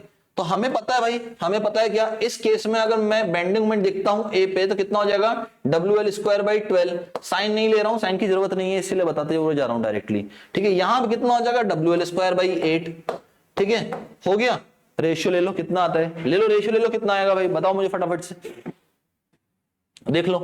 अब WL²/12 एक तरफ आ चुका है, WL²/8 एक तरफ आ चुका है। जब आपका एक एंड फिक्स और एक एंड हिंज था, WL²/8 कहां जनरेट हुआ है? ए पे ही जनरेट हुआ। जब दोनों कंडीशन फिक्स थी तो WL²/12। अब मुझे निकालना था क्या? Percentage increase in magnitude. कैसे निकाला मैंने भाई? परसेंटेज इंक्रीज कितना हुआ है? WL²/8 में से माइनस करो WL²/12 को। ठीक है, और निकालना था with respect to original condition के हिसाब से, तो विद रिस्पेक्ट टू WL²/12 के हिसाब से निकालिए। कितना आता है? सॉल्व करके बताओ मुझे कितना आता है। WL²/8 minus WL²/12 upon WL²/12 और परसेंटेज में निकालना है, मल्टीप्लाई कर दीजिए 100% से। कितना आ जाएगा भाई? ये करो करो करो, कितना आएगा पूरा सॉल्व करके? आई थिंक दैट ये आएगा आपका 12/24 इंटू 100 आएगा। ठीक है, ये गया 1/2 यानी 0.5 इंटू 100, 50% आ गया। 50% आ गया, तो 50% हो गया आपका क्या? आपका पूरा का पूरा जब आपने बीम को फिक्स्ड बीम से कन्वर्ट किया, किसमें? आपका एक एंड फिक्स्ड, एक and simply supported, hinge, propped, जो बोलना है बोलिए। ठीक है, तो कितना आपका बेंडिंग मोमेंट ए पे इंक्रीज हो गया? 50% से इंक्रीज हो गया। Clear? Next, if the loading on a pre-stressed rectangular beam is uniformly distributed, then the tendon to be provided should be। बड़ा प्यारा क्वेश्चन है बच्चों, बड़ा ही प्यारा क्वेश्चन है प्री स्ट्रेस से। अगर ये नहीं पढ़ के गए होगे ना तो नहीं पढ़ेगा वो तो वैसे ही गलत हो गया होगा, पर पढ़ के भी गया होगा तो एक बार सोचना पड़ा होगा भाई क्वेश्चन पूछा क्या है। बड़ा सिंपल क्वेश्चन है, क्या बोलता है, अगर यूनिफॉर्मली डिस्ट्रीब्यूटेड लोड लग रहा है तो टेंडन की प्रोफाइल कैसी होगी, दैट्स इट, सिंपल क्वेश्चन है, सिंपल क्वेश्चन। अगर आपका यूनिफॉर्मली डिस्ट्रीब्यूटेड लोड लग रहा है, यूडीएल लग रहा है, तो टेंडन की प्रोफाइल कैसी होगी, जरा ध्यान से देखिएगा। मान लो मेरे पास एक सिंपली सपोर्टेड बीम था, सिंपली सपोर्टेड बीम, इसके ऊपर एक पॉइंट लोड एक्ट कर रहा है, यहां पे एक पॉइंट लोड एक्ट कर रहा है पी का यहां पे। इसके कारण जो बेंडिंग होगी वो कुछ इस शेप में होगी, इस शेप में। भाई ट्रायंगुलर होता है, आपको पता है पॉइंट लोड के लिए जो बेंडिंग मोमेंट का वेरिएशन बनता है वो ट्रायंगुलर पैटर्न में बनता है। जो पैटर्न यहां बना है ना, इसी पैटर्न का आपको क्या देना पड़ेगा, इसी पैटर्न का आपको टेंडन की प्रोफाइल देनी पड़ेगी ना, वी शेप की टेंडन प्रोफाइल हो जाएगी यहां पे, वी शेप। ठीक है, याद रखेगा जो भी बेंडिंग मोमेंट का शेप होता है ना, सेम उसी शेप का आपको देना पड़ जाता है क्या, टेंडन की प्रोफाइल। अगला, simply supported beam subjected to UDL. अब सब्जेक्टेड टू यूडीएल हो गया मतलब ये पूरा बेंड करेगा इस तरह से, ठीक है, इस तरह से बेंड कर गया पूरा। अब आपको भी टेंडन इसी प्रोफाइल में देना पड़ेगा। इसको क्या बोलेंगे, इसको क्या बोलेंगे, बताओ मुझे, इसको क्या बोलेंगे भाई, बताओ क्या बोलेंगे इसको, जल्दी से बोलो फटाफट से। A parabolic profile, ठीक है, if the loading on a simply supported pre-stressed concrete beam is uniformly distributed, the centroid of the tendon should be preferably a parabolic profile with convexity downward, ठीक है, कॉन्वेक्सिटी डाउनवर्ड, कॉन्केविटी अपवर्ड होनी चाहिए। जैसा shape होगा bending moment diagram का, वैसा ही shape होगा tendon की प्रोफाइल का, ठीक है। कौन सा ऑप्शन करेक्ट होता है भाई यहां पे, स्ट्रेट बिलो सेंट्रोइड से गलत हो गया, पैराबोलिक विद कॉन्वेक्सिटी डाउनवर्ड, ठीक है, पैराबोलिक विद कॉन्वेक्सिटी अपवर्ड गलत हो गया, straight above centroid axis, option number B correct है, ठीक है। तो बड़ा प्यारा क्वेश्चन था, देखो सिंपल क्वेश्चन था ना, येट इफेक्टिव क्वेश्चन था प्री स्ट्रेस से, ठीक है, important question yet effective question. तो थोड़ा ध्यान से अगर सॉल्व करोगे तो बनेगा ये पेपर में आपसे, ठीक है, पेपर बनने लायक पेपर था बच्चों, ठीक है। नेक्स्ट बोलता है, if the maximum and minimum resultant of two forces acting on a particle are 40 kilonewton and 10 kilonewton respectively, then the two forces in the question would be. अब भाई दो फोर्सेस को पहले बोल दिया है कि मैक्सिमम कब हो सकते हैं, दो forces, let us suppose force 1 है मेरे पास, फोर्स 2 है, ठीक है, दो फोर्सेस है मेरे पास। मैं अभी के लिए पहले केस में मान के चल रहा हूं कि F1 is greater than F2। कोई बोलेगा भाई कैसे मान लिया आपने, अरे मत मानो मेरे भाई, रिवर्स कंडीशन भी मान के दिखा दूंगा, ठीक है, थोड़ा सा सब्र रखो, अभी समझ में आ जाएगा। F1 ग्रेटर देन F2 है, मैक्सिमम निकालना था मुझे, मैक्सिमम रिजल्टेंट, तो कितना हो जाएगा, F1 plus F2 is equal to 40 हो गया। मिनिमम निकालना है तो दोनों का डिफरेंस होगा, F1 minus F2 is equal to what, 10 हो गया, ठीक है। बस कुछ बचा ही नहीं, अब तो दो इक्वेशन है, दो उन्होंने सॉल्व करो, खत्म कहानी। ये गया भैया plus minus 2 times of F1 equals to 50, F1 की वैल्यू आ गई कितनी भाई, 25। अगर F1 25 आ गया, पुट कर दो किसी भी इक्वेशन में, F2 की वैल्यू मिल जाएगी आपको कितनी भाई, 15 मिल जाएगी, सीधा सीधा। अब आप करिए इसको रिवर्स कंडीशन को, आप मान लीजिए F2 is greater than F1 है, कुछ नहीं होगा, बस वैल्यू चेंज हो जाएगी। अब F1 की वैल्यू बन जाएगी 15, F2 की वैल्यू बन जाएगी 25, पर रहेंगे कितने, 15 और 25 ही दो लोड रहेंगे आपके, ठीक है। जो आपने आपने दो फोर्सेस मांगे थे ना, कितने रहेंगे, 15 और 25 के ही रहेंगे। 15 और 25 कौन सा ऑप्शन है भाई, ऑप्शन नंबर ए, ठीक है, बाकी के ऑप्शंस तो गलत थे यहाँ पे, ठीक है। नेक्स्ट डिटेल्ड सॉल्यूशन ना, next, in a critical path network which of the following are involve. भाई सीपीएम में क्वेश्चन आ गया, अब सीपीएम में क्वेश्चन बोलता है एक क्रिटिकल पाथ मेथड में क्या क्या इन्वॉल्व होगा, ठीक है, जल्दी से बताओ क्या क्या इन्वॉल्व होगा। भाई सीपीएम का नेटवर्क है, सीपीएम का नेटवर्क है, activities are interconnected, activities are interconnected, कहानी खत्म, ठीक है, पहला पॉइंट सही है। Consideration for uncertainty in time estimate, बिल्कुल भी नहीं, क्योंकि हमें पता है PERT टेक्निक जो होती है ना, PERT program evaluation and review technique, ये अनसर्टेनिटी को इंक्लूड करते हुए चलते हैं। ये प्रोबेबिलिस्टिक अप्रोच पे बेस्ड होता है, ठीक है, ये उन कामों के लिए होता है जिनकी प्रोबेबिलिटी पे काम चलता है। एग्जांपल, मैं रिसर्च करने गया, अब रिसर्च एक दिन में हो सकती है, एक साल में हो सकती है, एक जन्म में हो सकती है, ठीक है, 100 साल भी कम पड़ जाए, टाइम फिक्स नहीं है, अनसर्टेनिटी इन्वॉल्व हो गई, PERT लग जाएगा यहां पे, program evaluation and review technique. CPM में क्या हुआ, अगर आप बिल्कुल डिटर्मिनिस्टिक हैं, मतलब एग्जाम्पल के तौर पे आप कल पेपर लिख के आए अपना, आप पेपर लिख के आए, पेपर में आप 140 क्वेश्चन बना के आए हो, आप डिटर्मिनिस्टिक हो कि मेरा सिलेक्शन हो सकता है, 100% आप सिलेक्ट हो सकते हो, आपको बिल्कुल यकीन है, क्योंकि आपका नॉन टेक भी अच्छा गया था, टेक भी आपने अच्छा कर दिया, आपको एकदम डिटर्मिनिस्टिक हो, तो आप कौन से नेटवर्क में जाओगे? आप सीपीएम में जाओगे। घर बनाते हैं हम, घर बनाने का टाइम ड्यूरेशन फिक्स है भाई, 2 साल में 2 मंजिला घर बनके तैयार हो जाता है, ठीक है। मैं तो टाइम ज्यादा लेके चला हूं, चलेगा, कोई दिक्कत नहीं है। तो क्या अगला घर भी अगर मैं सेम स्पेसिफिकेशन बनाता हूं तो 2 साल में बनके तैयार हो जाएगा? हाँ, तैयार हो जाएगा। टाइम फिक्स्ड है, सर्टेनिटी आ गई, सर्टेनिटी आ गई मतलब क्या हो गया? सीपीएम लग गया। तो बोलता है consideration for uncertain time estimate, गलत है भैया, गलत है। A logical sequence of activities provided, बिल्कुल जरूरी है भाई, लॉजिकल सीक्वेंस होना चाहिए एक्टिविटी का। ऐसा नहीं होना चाहिए भाई कि मैंने पहले स्टील के बार को डाल दिया, स्टील के बार की प्लेसिंग हो गई, फिर मैं गड्ढा खोद रहा हूं, इसके बाद एक्सकेवेशन बाद में हो रहा है। लॉजिकल कहां, इसका लॉजिक कहां मेंटेन हुआ एक्टिविटीज का, ठीक है। तो logical sequence of activities provided, correct है ये स्टेटमेंट। अगला, the node number of the arrow head is numerically smaller than the tail end, गलत है यार, इस तो गलती है। इधर नंबरिंग करो 1 2 3, अब कोई से भी उठा के देख लो, पहला सेट देख लो, एरो हेड पे जो नोड आ रहा है उसका नंबर 2 है, एरो टेल पे जो आ रहा है नोड नंबर वो 1 है, ठीक है। क्या ये छोटा है कि 2 1 से छोटा है? क्या कभी पॉसिबल ही नहीं है। टाइम का फ्लो लेफ्ट टू राइट चलता है हमारे नेटवर्क में, हमने पढ़ा हुआ है, ठीक है। तो ये स्टेटमेंट भी गलत हो गया, ये स्टेटमेंट गलत हो गया। तो 1 और 3 करेक्ट है, 1 और 3 कहां है? ऑप्शन नंबर डी है, ठीक है बच्चों। ये पूरी पूरी कहानी दे दी इनके बारे में, ठीक है। Next, a cement concrete road is 1000 meter long, 8 meter wide and 15 centimeter thick over the sub base of 10 centimeter thick gravel, the box cutting in road crust is. अब देखो बॉक्स कटिंग के अंदर ना सब बेस को include मत कर लेना, ठीक है, सब बेस इंक्लूड नहीं होता। तो क्या क्या इंक्लूड होगा? 1000 मीटर हो गया, 8 मीटर हो गया विड्थ, डेप्थ कितनी हो जाएगी? 15 सेंटीमीटर है, 15 बाई 100 कर दो, कहानी खत्म, ठीक है। मीटर क्यूब, आगे एक्सकेवेशन आपका, ये 2 0 से 2 0 गए, कर लो भैया मल्टीप्लाई, कितना होता है? 150 इंटू 8 कितना होता है? करके देख लो, 150 इंटू 8 कितना होगा? करके देखो भैया, 150 इंटू 8 कितना होगा? जल्दी से बताओ करके, फटाफट से बताओ कितना आता है 150 इंटू 8 करके।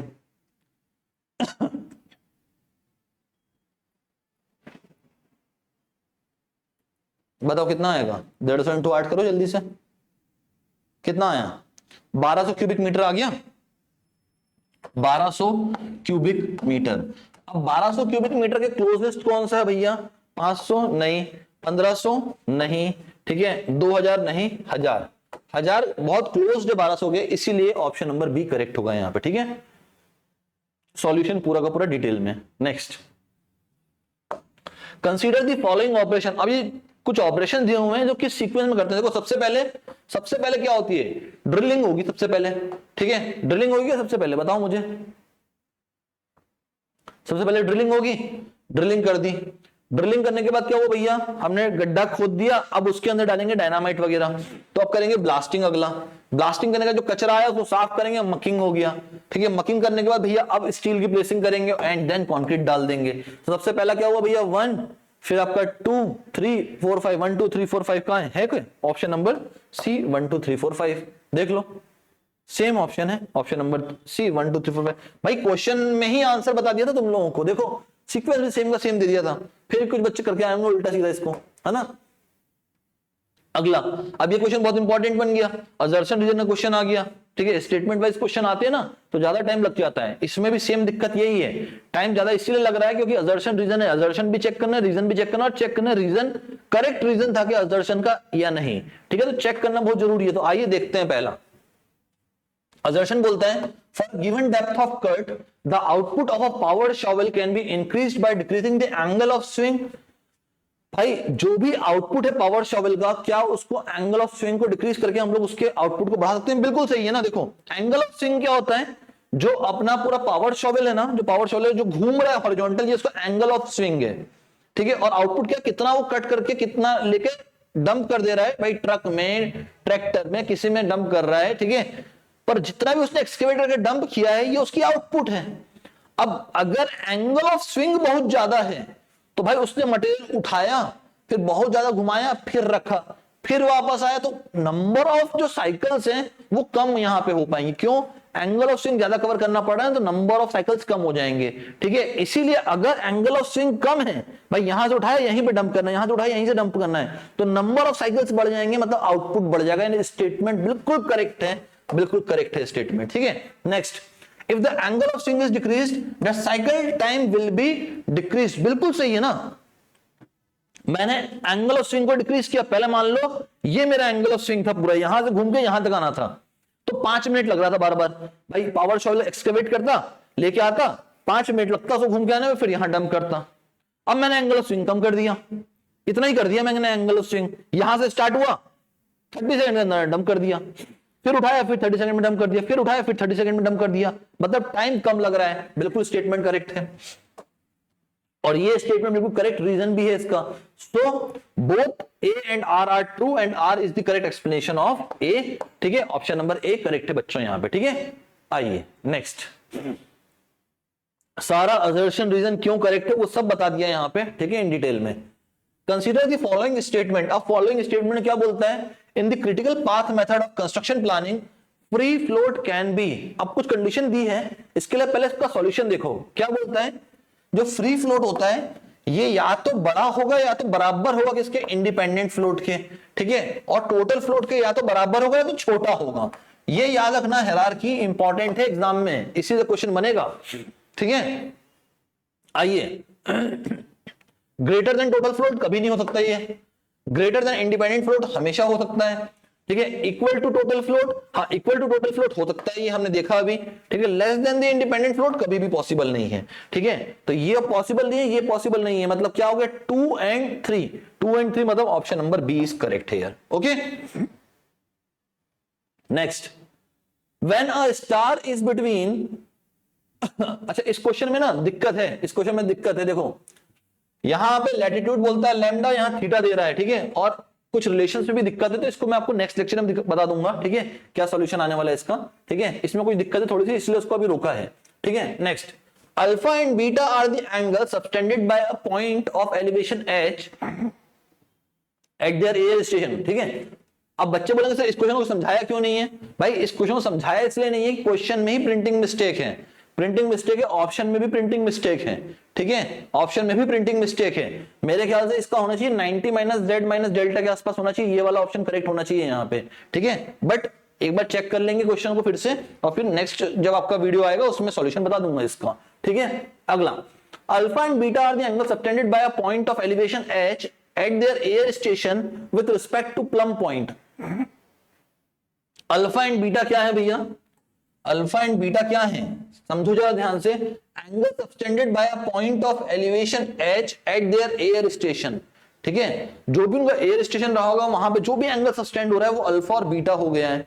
ठीक है, क्लियर। नाउ बोलते हैं with respect to plumb points. ठीक है, photo scale and focal length are mean S, scale S देख रखा है, फोकल लेंथ एफ देख रखा है। बोलता है parallel displacement of the point due to relief is.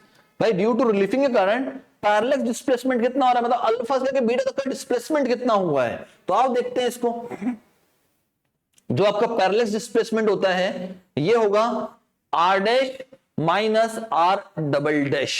ठीक है, R dash minus R double dash. ठीक है, ये होगा आपका क्या? Parallel displacement. अब ये किसके बराबर होता है भाई? तो आपने पढ़ा है, देखो क्या पढ़ा है आपने, जो आपका रिलीफ डिस्प्लेसमेंट होता था। ठीक है, ये क्या होता था बताओ मुझे? रिलीफ डिस्प्लेसमेंट, रिलीफ डिस्प्लेसमेंट किसके बराबर था? जल्दी से बताओ। आर एच अपॉन एच के बराबर था। भाई प्रिंसिपल प्लेन से हमारा टॉप ऑफ द ऑब्जेक्ट की इमेज कहां बनती थी? वो रेडियल डिस्टेंस आर होता था। एच क्या होता था? हमारा हाइट ऑफ द ऑब्जेक्ट। ठीक है, कैपिटल एच क्या होता था? फ्लाइंग हाइट अबव दी कहां से? अबव दी ग्राउंड लेवल था ये, अबव दी ग्राउंड लेवल था, मीन सी लेवल से मत पकड़ लेना ये। ठीक है, अबव दी ग्राउंड लेवल था ये। ठीक है, नाउ अब अगर ध्यान से देखो, इसको जरा ध्यान से देखो, तो मुझे इसी चीज को बनाना है इसके टर्म्स में, तो मैं बना सकता हूं क्या? देखो जरा ध्यान से, अगर ये पहला वाला रिलीफ डिस्प्लेसमेंट देखूं मैं D1, ठीक है, D1 को मैं यहां पे शो कर रहा हूं किससे? R डैश से, और ये मेरा बनेगा कितना बनेगा? R1H अपॉन H बन जाएगा। ऐसे मैं R डबल डैश को D2 से शो कर रहा हूं, ये क्या बन जाएगा, R2H अपॉन कैपिटल H बन जाएगा। ठीक है, पुट किया वैल्यू को तो R1H upon H plus R2H upon H। ठीक है, ये आपका अप्रोक्सीमेटली इसके बराबर आएगा। अप्रोक्सीमेटली जो भी रिलीफ डिस्प्लेसमेंट हो रहा है आपका, वो लगभग जो भी पैरेलल डिस्प्लेसमेंट हो रहा है वो लगभग इसके बराबर आ जाएगा। ठीक है, अब जरा ध्यान से देखो भाई, R1 की वैल्यू कितनी होगी, R1 की वैल्यू होगी कितनी, ये एक इंपॉर्टेंट क्वेश्चन है। ठीक है, R1 की वैल्यू होगी कितनी बच्चों, यहां पे बताओ कितनी होनी चाहिए, जल्दी से कितनी होनी चाहिए R1 की वैल्यू, यहां पे जल्दी से बताओ।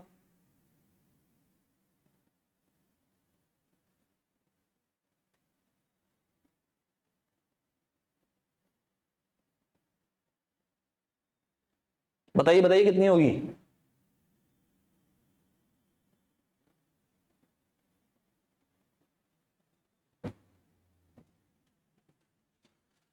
भाई अल्फा जो आपका एंगल बना था 10 अल्फा, ठीक है 10 अल्फा, अगर आपने फोटोग्रामेट्री पढ़ी हुई है तो ये बनेगा, नहीं तो नहीं बनेगा। ये याद रखिएगा बहुत अच्छे से, अगर फोटोग्रामेट्री पढ़ी है तो ही बनेगा। अगर 10 अल्फा को आप देखते हैं यहां से, 10 अल्फा कितना हो जाएगा आपका, हो जाएगा R1 अपॉन F के बराबर हो जाएगा। ठीक है, यानी अगर आप R1 की वैल्यू निकालते हैं तो कितना हो जाएगा, यहां से R1 की वैल्यू हो जाएगी 10 अल्फा इंटू F हो जाएगा। सेम चीज अगर आप निकालते हो क्या, बीटा एंगल को भी निकालते हो तो 10 beta equals to what, second radial distance R2 divide by F, ये कितना बन जाएगा R2 F 10 बीटा। खत्म कहानी, उठाइए पुट कर दीजिए यहां पे, तो R1 प्लस R2 की जगह पे आपने पुट कर दिया कितना, F 10 alpha F 10 beta, 10 alpha 10 beta अंदर ही रह गया, F बाहर निकल गया, H into 10 alpha plus 10 beta equals to F upon H।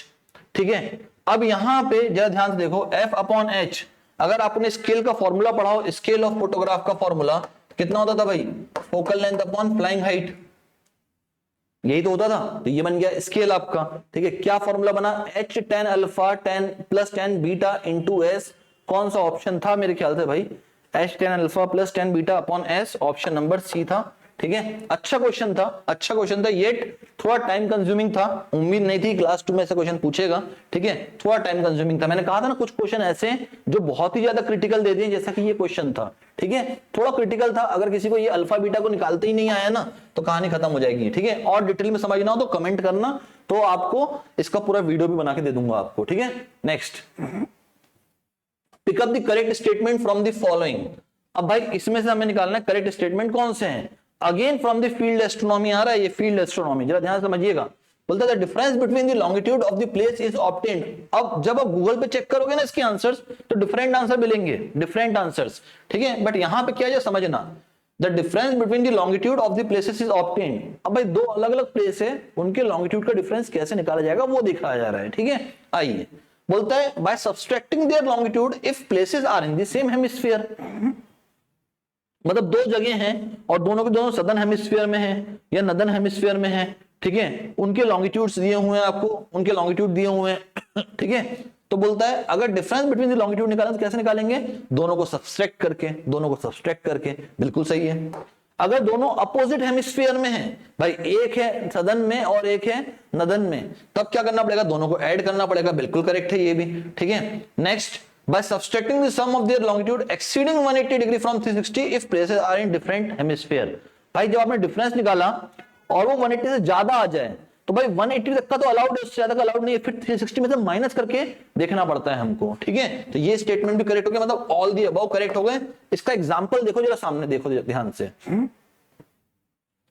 अगर मान लो एग्जांपल के तौर पे ईस्टर्न हेमिस्फीयर में हमने 70 डिग्री ईस्ट और 50 डिग्री ईस्ट का हमने लॉन्गिट्यूड नापा है। ठीक है, अब भाई अगर डिफरेंस निकालना है तो मैंने क्या किया, दोनों को सब्सट्रैक्ट कर दिया, 70 माइनस 50 20 डिग्री आ गया। अगर यही दोनों मेरे डिफरेंट हेमिस्फीयर में होते, एक होता 60 डिग्री कहां पे, ईस्टर्न हेमिस्फीयर में, और दूसरा था 50 डिग्री वेस्टर्न हेमिस्फीयर में, अब दोनों हेमिस्फीयर अलग अलग हो गए हैं, क्या कर दीजिए, ऐड कर दीजिए, 110 डिग्री का आपका डिफरेंस इन लॉन्गिट्यूड आ गया। ठीक है, नेक्स्ट, जब डिफरेंस 180 से ज्यादा हो जाए, मान लो एक जगह का लॉन्गिट्यूड है, ठीक है 160 डिग्री ईस्ट, ठीक है, और दूसरी जगह का लॉन्गिट्यूड है आपका 150 डिग्री वेस्ट का। ठीक है, अब क्या करेंगे भैया, दो अलग अलग जगह का है तो दोनों को ऐड कर देंगे, करो दोनों को ऐड, कितना आता है भाई, ये बताओ मुझे ऐड कर कितना आता है। 160 प्लस 150, 150, 300, 310 हो गया ये। बट मैक्सिमम कहां तक अलाउड है? 180 तक अलाउड है। तो क्या करें, 360 में से माइनस कर दो, 50 डिग्री का आ गया। ये शॉर्टेस्ट डिस्टेंस है बिटवीन दी टू के बीच में, ठीक है। तो थर्ड स्टेटमेंट भी करेक्ट था। तो तीनों के तीनों स्टेटमेंट बता दिए, इसीलिए all the above is correct. ठीक, कई जगहों पे आपको सिर्फ स्टेटमेंट 3 करेक्ट दिखता है, सिर्फ स्टेटमेंट 3 करेक्ट दिखेगा, बट वो गलत है ऑप्शंस, ठीक है। Next, which of the following statement is incorrect. अब ये और बड़ा अच्छा क्वेश्चन पूछ लिया, क्यों? जरा ध्यान समझना। जब फर्स्ट टाइम हम लोग पढ़ते हैं ना, जब फर्स्ट टाइम हम लोग क्वेश्चन पढ़ते हैं, हमको लगता है बहुत इजी क्वेश्चन दे दिया है, पर क्या सही में ऐसा है? आओ देखते हैं क्या बोलता है। इनमें से कौन से स्टेटमेंट गलत है, इनकरेक्ट है? पहला statement, error due to refraction may not be completely eliminated by reciprocal levelling. बिल्कुल भाई, अगर आपका रिफ्रैक्शन दोनों स्टेशन पे सिग्निफिकेंटली चेंज कर रहा है बार बार, तो कई बार इम्पॉसिबल होता है पूरा पूरा एरर रिमूव कर पाना, ठीक है। तो क्या बोलता है, error due to reflection may not be completely eliminated by reciprocal levelling. हाँ, बात तो सही है, करेक्ट है ये स्टेटमेंट करेक्ट है। Next, tilting levels are commonly used for precision work. भाई, टिल्टिंग लेवल को बनाया इसी से जाता है कि एकदम प्रिसाइजली वर्क को नाप पाए, एकदम प्रिसाइजली कर पाए काम को, ठीक है। करेक्ट स्टेटमेंट है ये भी, ठीक है। तो पूछना गलत कौन सा है, ठीक है। अगला, the last reading of a levelling staff और levelling is always a fourth side. भाई, हमें पता है जब भी हम लोग इंस्ट्रूमेंट सेट करते हैं, पहले रीडिंग बैकवर्ड डायरेक्शन पढ़ते हैं, उस पॉइंट पे जिसका एलिवेशन हमें पता होता है उसे हम कहते हैं क्या, बैक साइड रीडिंग। फिर बीच की सारी इंटरमीडिएट होती है, और इसी स्टेशन से पढ़ी गई लास्ट रीडिंग उस स्टेशन पे जिसका आरएल मुझे पता नहीं है, उसको बोलते हैं फोर्थ साइड। तो बोलता है the last reading of levelling is always a fourth side, 100%। ये भी करेक्ट है। तो सर इनकरेक्ट कौन सा हुआ? अब पढ़ो, लास्ट स्टेटमेंट पढ़ो, यहीं से क्वेश्चन कंप्लीट हो जाता है। All of the above statement are incorrect. All of the above statement are incorrect. सारे के सारे ऊपर के स्टेटमेंट इनकरेक्ट है भैया, यही इनकरेक्ट है। क्यों? क्योंकि सारे के सारे करेक्ट है ना ऊपर के स्टेटमेंट, तो ये इनकरेक्ट है। ऑप्शन नंबर डी इसलिए सही है यहां पे। तो यहां पे कौन करेक्ट था, कौन इनकरेक्ट था भाई? यहां पे कौन इनकरेक्ट था? All of the above statements are incorrect, मतलब सारे के सारे करेक्ट थे, तो यही बच गया एक इनकरेक्ट, ठीक है। चलो, मस्त क्वेश्चन था ना। अगला, अमेरिकन मेथड ऑफ टनलिंग। अब टनलिंग से क्वेश्चन आ रहा है, ठीक है। थोड़ा थोड़ा ध्यान से समझते रहना, टनलिंग तुमने बहुत ज्यादा पढ़ा नहीं होता है, इसीलिए थोड़ी दिक्कत जाएगी, ठीक है। तो थोड़ा समझना, मैं कोशिश करूंगा पूरा समझाने की। अमेरिकन मेथड ऑफ टनलिंग को भाई सुटेबल है लार्ज साइज टनल के लिए, is not suitable for railway और highway tunnel, requires heavy timber. अब जरा ध्यान समझना होता क्या है पहले तो, ठीक है। अगर अमेरिकन मेथड को देखा जाए तो क्या सुटेबल है लार्ज साइज टनल के लिए? पढ़ो जरा ध्यान से। The American method can be adapted for large tunnel, although it might becomes more complex and require more extensive timbering. भाई वहां पे ज्यादा टिम्बरिंग करनी पड़ जाएगी। It is often used,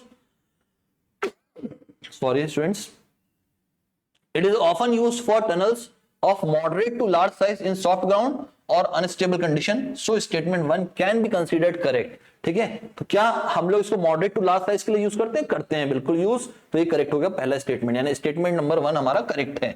next, is not suitable for railway और highway tunnel. ठीक है, अब जरा समझो क्या ये स्टेटमेंट भी करेक्ट है या नहीं करेक्ट है, पहले देखते हैं। बोलता है while other method like new Austrian tunnelling method NATM और shielding tunnelling are frequently employed for large railway and highway tunnels. ठीक है, जनरली हम लोग किसको यहां पे इन्वॉल्व कर रहे हैं? NATM को इन्वॉल्व कर रहे हैं कहां पे? Large railway and highway tunnels में। American method has been and can still be used specially in specific soil condition और for cut and cover section that resembles tunnelling. However for very large long railway और highway tunnel it might not be efficient और economical choice. ठीक है, तो यहां पे American method को use करना, अमेरिकन मेथड ऑफ टनलिंग को यूज करना एक इकोनॉमिकल मेथड नहीं पड़ेगा। ठीक है, किसके लिए? लॉन्ग रेलवे और हाईवे टनल्स के लिए। ठीक है, तो स्टेटमेंट हो गया गलत, ये स्टेटमेंट हो गया गलत कि भाई is not suitable for highway tunnel. ठीक है, सुटेबल है, uneconomical, is not suitable for highway और railway tunnel. Yes, is not suitable for highway और रेलवे टनल। बताओ मुझे क्या इज नॉट सुटेबल है यहाँ पे? उसने क्या बोला यहाँ पे? पढ़ो जरा इसको ध्यान से। क्या बोला उसने? कॉस्ट बढ़ रही है, अनइकोनॉमिकल है, ठीक है, अनइकोनॉमिकल है, पर क्या लगा नहीं सकते हो? क्या लगा सकते हैं, ठीक है। तो यहां पे क्या बोलता है, ठीक है, in general sense for all railway and highway tunnels, ठीक है, दिस स्टेटमेंट को हम इनकरेक्ट मानेंगे कि is not suitable for railway and highway tunnels. भाई हम कर सकते हैं इसको, ठीक है, स्टेटमेंट इनकरेक्ट है ये, ठीक है। नेक्स्ट, रिक्वायर्स हैवी टिम्बर, बोलता है हैवी टिम्बर की जरूरत पड़ेगी क्या? हाँ बिल्कुल पड़ेगी टिम्बर की जरूरत हैवी। क्यों? The hallmark of the American method is the use of timber sets. भाई किसी की पहचान होती है ना, वही अमेरिकन मेथड की पहचान ही है कि वो लार्ज टिम्बर सेट्स को इस्तेमाल करता है, ठीक है, to support the excavation. Now these timber often need to be quite substantial, especially in soft or squeezing ground to provide adequate support. Thus statement 3 is correct. तो statement 3 correct है, statement अपना 1 भी करेक्ट है, statement 2 correct हो जाता अगर यहां पे सुटेबल बोल देता तो, पर ये स्टेटमेंट हो गया गलत, ठीक है, ये स्टेटमेंट हो गया करेक्ट। तो 1 एंड 3 करेक्ट है, 1 एंड 3 कौन सा? ऑप्शन नंबर बी करेक्ट है यहां पे, ठीक है। तो थोड़ा सा ना कंफ्यूजन जब आता है, जब अपन को स्टेटमेंट दे देता है सुटेबल नॉट सुटेबल, बट वहीं पे कहानी खत्म हो जाती है हमारी, ठीक है, थोड़ा ध्यान से देखिएगा। अगला फिर से अदर्स एंड रीजन आ गया, ठीक है। अब क्वेश्चन पढ़ो जरा ध्यान से। When rock conditions are favourable, it will not be necessary to take up the concrete lining concurrently with the driving operation till the full length of the tunnel has been driven through rock. बोल क्या रहा है? Favourable का मतलब क्या होता है? Stable, stable ground को फेवरेबल हम लोग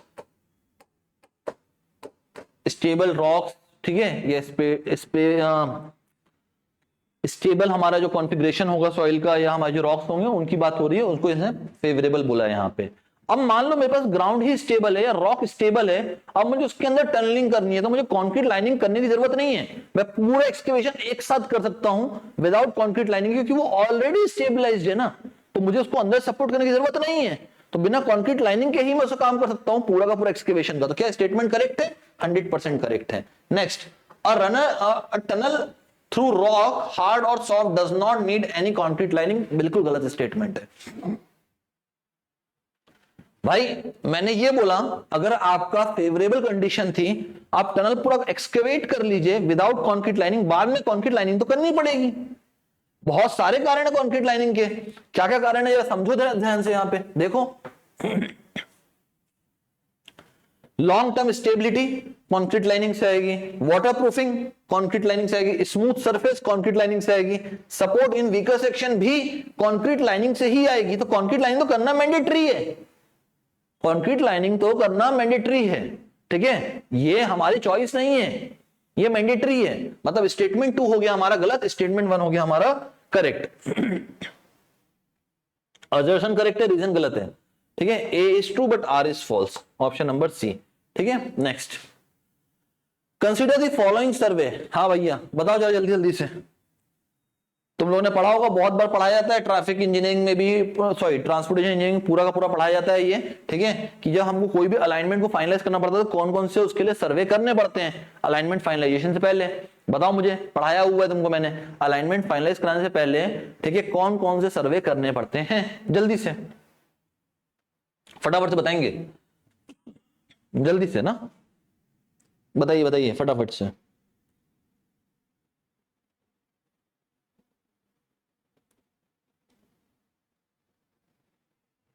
चलो बच्चों देखते हैं, आ जाओ। सबसे पहला होता है रिकनेसेंस सर्वे। रिकनेसेंस सर्वे तो करना ही पड़ेगा हमको, ठीक है।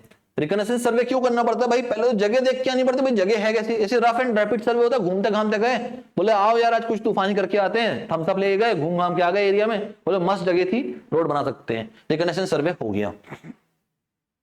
अगला होगा भाई क्या? ट्रैफिक सर्वे, ठीक है। ट्रैफिक सर्वे क्यों करना जरूरी है भाई? कि जहां पे भी आप रोड के अलाइनमेंट्स को फाइनलाइज करने जा रहे हो, भाई मान लो ये एक पूरा का पूरा स्पेस था, यहां पे एक जगह थी, लेट अस सपोज इसको बोलते हैं ये भरूच है, भरूच, ठीक है, और ये वडोदरा है, इसको कनेक्ट करना है। हमारे पास मल्टीपल चॉइसेस हैं, हमारे पास ए चॉइस है, बी चॉइस है, सी चॉइस है, किसको फाइनलाइज करें हम, ठीक है। तो ये 3 चॉइसेस को निकालने के लिए पहले ट्रैफिक देखना तो पड़ेगा भाई, ट्रैफिक काउंट है कितना, कितनी गाड़ियां मेरे ओरिजिन से निकली हैं डेस्टिनेशन तक पहुंची हैं, भाई कितनी गाड़ियां भरूच से निकली हैं वडोदरा तक पहुंची हैं, ठीक है, इसके बीच में कितनी गाड़ियां डाइवर्ट हो गई हैं, कौन सी कैटेगरी ऑफ व्हीकल जा रहा है, कितने व्हीकल जा रहे हैं एक दिन में, एनुअल क्या व्हीकल जा रहा है, ये सब पता चल जाएगा किसमें, ट्रैफिक सर्वे में। तो ट्रैफिक सर्वे तो मैंडेटरी हो जाता है कि भाई हमें 8-10 चॉइसेस में से 3 कौन से बेस्ट चॉइसेस निकालनी है। अब 3 बेस्ट चॉइसेस के लिए हम लोग करेंगे प्रिलिमिनरी सर्वे। क्या करेंगे? प्रिलिमिनरी सर्वे। इसमें हम डिटेल में निकालते हैं हर चीज, भाई कॉस्ट पहले वाले से कितनी आ रही है, कॉस्ट दूसरे वाले से कितनी आ रही है, कॉस्ट तीसरे वाले से कितनी आ रही है, फर्स्ट वाले की यूटिलिटी कितनी है, सेकंड वाले की यूटिलिटी कितनी है, थर्ड वाले की यूटिलिटी कितनी है, ठीक है। यूटिलिटी चेक कर लिया आपने, कॉस्ट चेक कर लिया, अब आप ऑप्टिमम चॉइस कर सकते हो भाई इनमें से बेस्ट सर्वगुण संपन्न कौन है, तो सर्वगुण संपन्न ए हुआ, ठीक है। अब आपने 3 सर्वे कर दिए, अब फाइनल करेंगे आप इसका लोकेशन सर्वे। लास्ट सर्वे होता है कंप्लीट सर्वे, इसके बाद पूरा काम खत्म हो जाता है। तो क्या ऑप्शन बनता है भाई यहाँ पे, ठीक है, देख लो, reconnaissance, traffic, preliminary, location survey, ठीक है। 1324 1324 कहां है भैया? Option number A 1324। Okay, next, penetration test on bitumen is used for determining, 50 बार पढ़ा हुआ है हमने, ठीक है, किसमें? मटेरियल टेस्टिंग में पढ़ा हुआ है, किसके? हाईवे मटेरियल टेस्टिंग में, ठीक है। भाई बिटुमिन का पेनिट्रेशन टेस्ट जो हम करते हैं वो किस चीज को डिटरमाइन करने के लिए होता है भैया? ग्रेड ऑफ द बिटुमिन को निकालने के लिए होता है। ग्रेड ऑफ द बिटुमिन को निकालने के लिए ही पेनिट्रेशन टेस्ट किया जाता है, ठीक है। Next, scientific planning of transportation system and mass transit facility in cities should be based on, भाई अगर आपको साइंटिफिक प्लानिंग करनी है अपने ट्रांसपोर्टेशन सिस्टम की और मास ट्रांसिट फैसिलिटीज की, तो किसके बेसिस पे होगा वो? Spot speed data, origin destination, traffic volume, accident नहीं। स्पॉट स्पीड डेटा कुछ भी इंपॉर्टेंट चीज नहीं बताता, वो उस पर्टिकुलर जगह की कंडीशन बताता है, बाकी और कुछ नहीं बताता। एक्सीडेंट डेटा नहीं। Traffic volume data, traffic volume data से भी ये बताएगा भाई उस रोड पर कितनी व्हीकल्स हैं, ठीक है, क्या वो ओरिजिन से पास हुए, क्या वो डेस्टिनेशन पे पहुंचे, ये सब नहीं बताएगा। O&D स्टडी जो है वो आपको एक ट्रू पिक्चर देता है, कितनी गाड़ियां एंटर हुई आपके, वो आप बोल लो ना जिसको कॉन्कर्ड एरिया जितना भी होता है ना, आपको कॉन्कर्ड एरिया जहां पे आप पूरा सर्वे कर रहे हैं, ठीक है, कितनी गाड़ियां ओरिजिन से निकली और कितनी डेस्टिनेशन पे पहुंची, ठीक है। ये पूरा सर्वे बहुत जरूरी होता है रोड की यूटिलिटी चेक करने के लिए। तो ओरिजिन एंड डेस्टिनेशन स्टडी सबसे बेस्ट मेथड है for scientific planning of transportation system and mass transit facility के लिए, ठीक है। O&D, option number B, detailed solution. Next, if the stopping distance and average length of vehicle are 18 meter and 6 meter respectively, then the theoretical maximum capacity of a traffic lane at a speed of 10 meter per second। Simple question था यार, है ना। क्या पूछ रहा है? Maximum capacity पूछ रहा है, 1000 V/S होता है, हमें पता है, ठीक है। V किलोमीटर पर आवर में पुट करेंगे, हमें दिया हुआ है V किसे मीटर पर सेकंड में, कन्वर्ट करना है इसको किलोमीटर पर आवर में, 3.6 से मल्टीप्लाई कर दो, आ गया 36 kmph का, खत्म कहानी, ठीक है। 36 किलोमीटर पर आवर की स्पीड बन गई, उठा के पुट कर दो, तो 1000 इंटू 36 हो गया। अब ये S क्या है? कई बार लोग बोल जाते हैं स्टॉपिंग साइड से, नहीं रे भैया, ये है space headway, minimum space headway, minimum space headway, क्योंकि ये जो कैपेसिटी आपने निकाली है ये स्पेस हेडवे से निकली है। टाइम हेडवे से निकालो 3600/TH हो जाता है ये, ठीक है। तो भैया मिनिमम स्पेस हेडवे से आप निकाल रहे हो कितना, तो ये बन जाएगा मिनिमम स्पेस हेडवे किसके बराबर होता है भाई? Stopping side distance plus length of vehicle. Stopping side distance कितना दिया? 18 मीटर का दिया हुआ है, लेंथ ऑफ व्हीकल 6 मीटर का दिया हुआ है, कहानी खत्म है भैया। 1000 इंटू 36 डिवाइडेड बाय 24, ठीक है। 12 2 24, 12 3 36, 2 1 2, 2 5 10, 5 3 15, 1500 व्हीकल आ गया भैया आपका, ठीक है। 1500 व्हीकल पर आवर निकल के आ गया आपका आंसर, ये रहा व्हीकल पर आवर, ठीक है। क्यू मैक्स निकाल दिया मैंने आपके सामने, 1500 व्हीकल पर आवर का ऑप्शन नंबर ए करेक्ट था, ऑप्शन नंबर ए करेक्ट था, ठीक है। डिटेल्ड सॉल्यूशन ये रहा आपके सामने। When a ship floats at a designed water line, the vertical distance from water line to the bottom of the ship is known as, भाई जब भी शिप आपका फ्लोट हो रहा है, ठीक है, तो जो डिस्टेंस है उसकी vertical distance from water line to the bottom of the ship, उसको क्या बोलते हैं? बीम बोलते हैं, डेप्थ बोलते हैं, फ्रीबोर्ड बोलते हैं, ड्राफ्ट बोलते हैं। पता होगा नहीं, आओ समझते हैं, आ जाओ। बीम क्या होता है?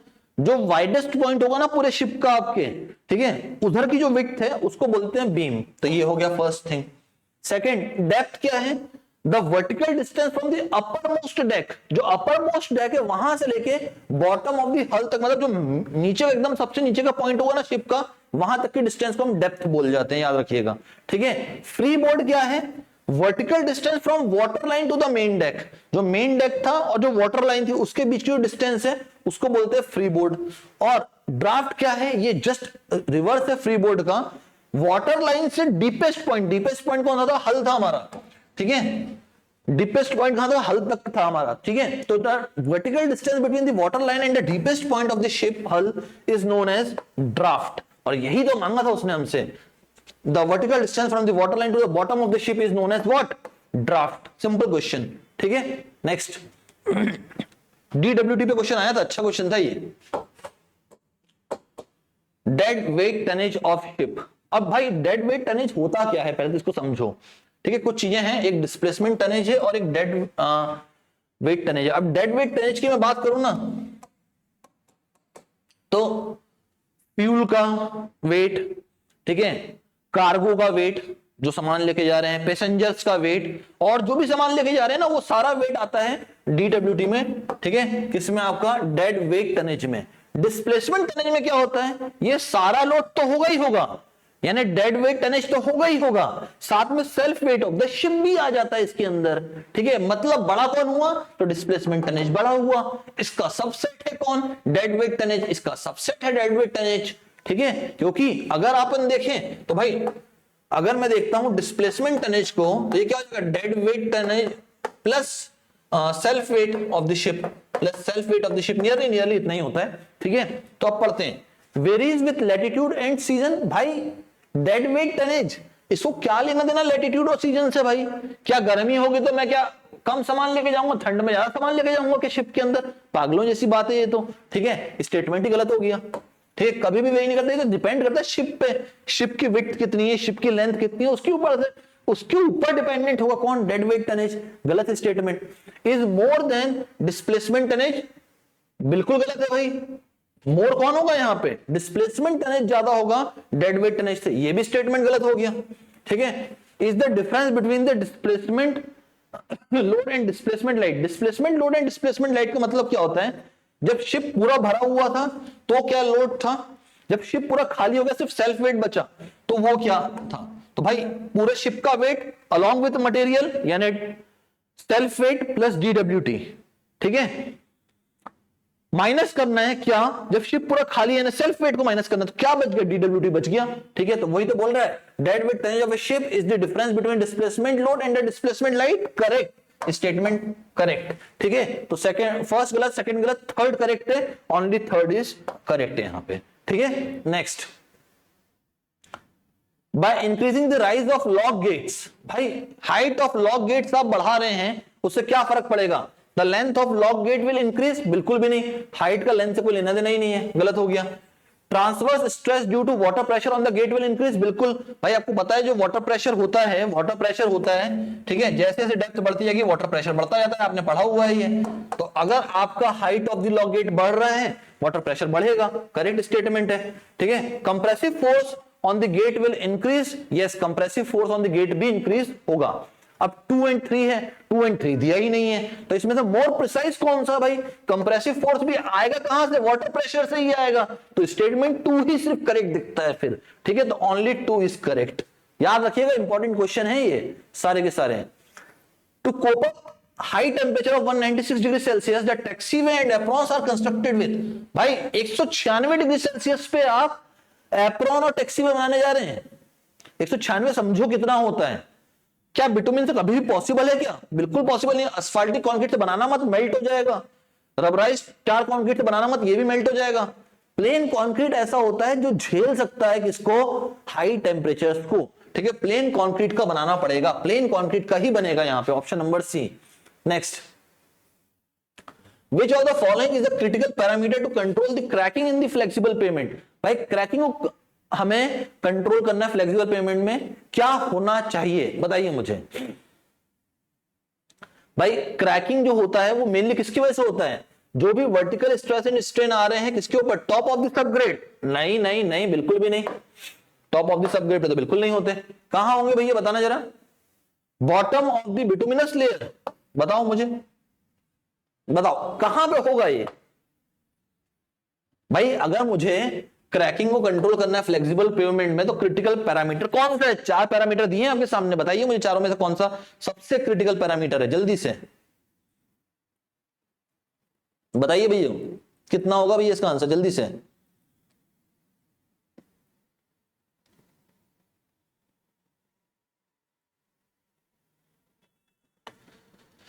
बताओ बताओ बताओ।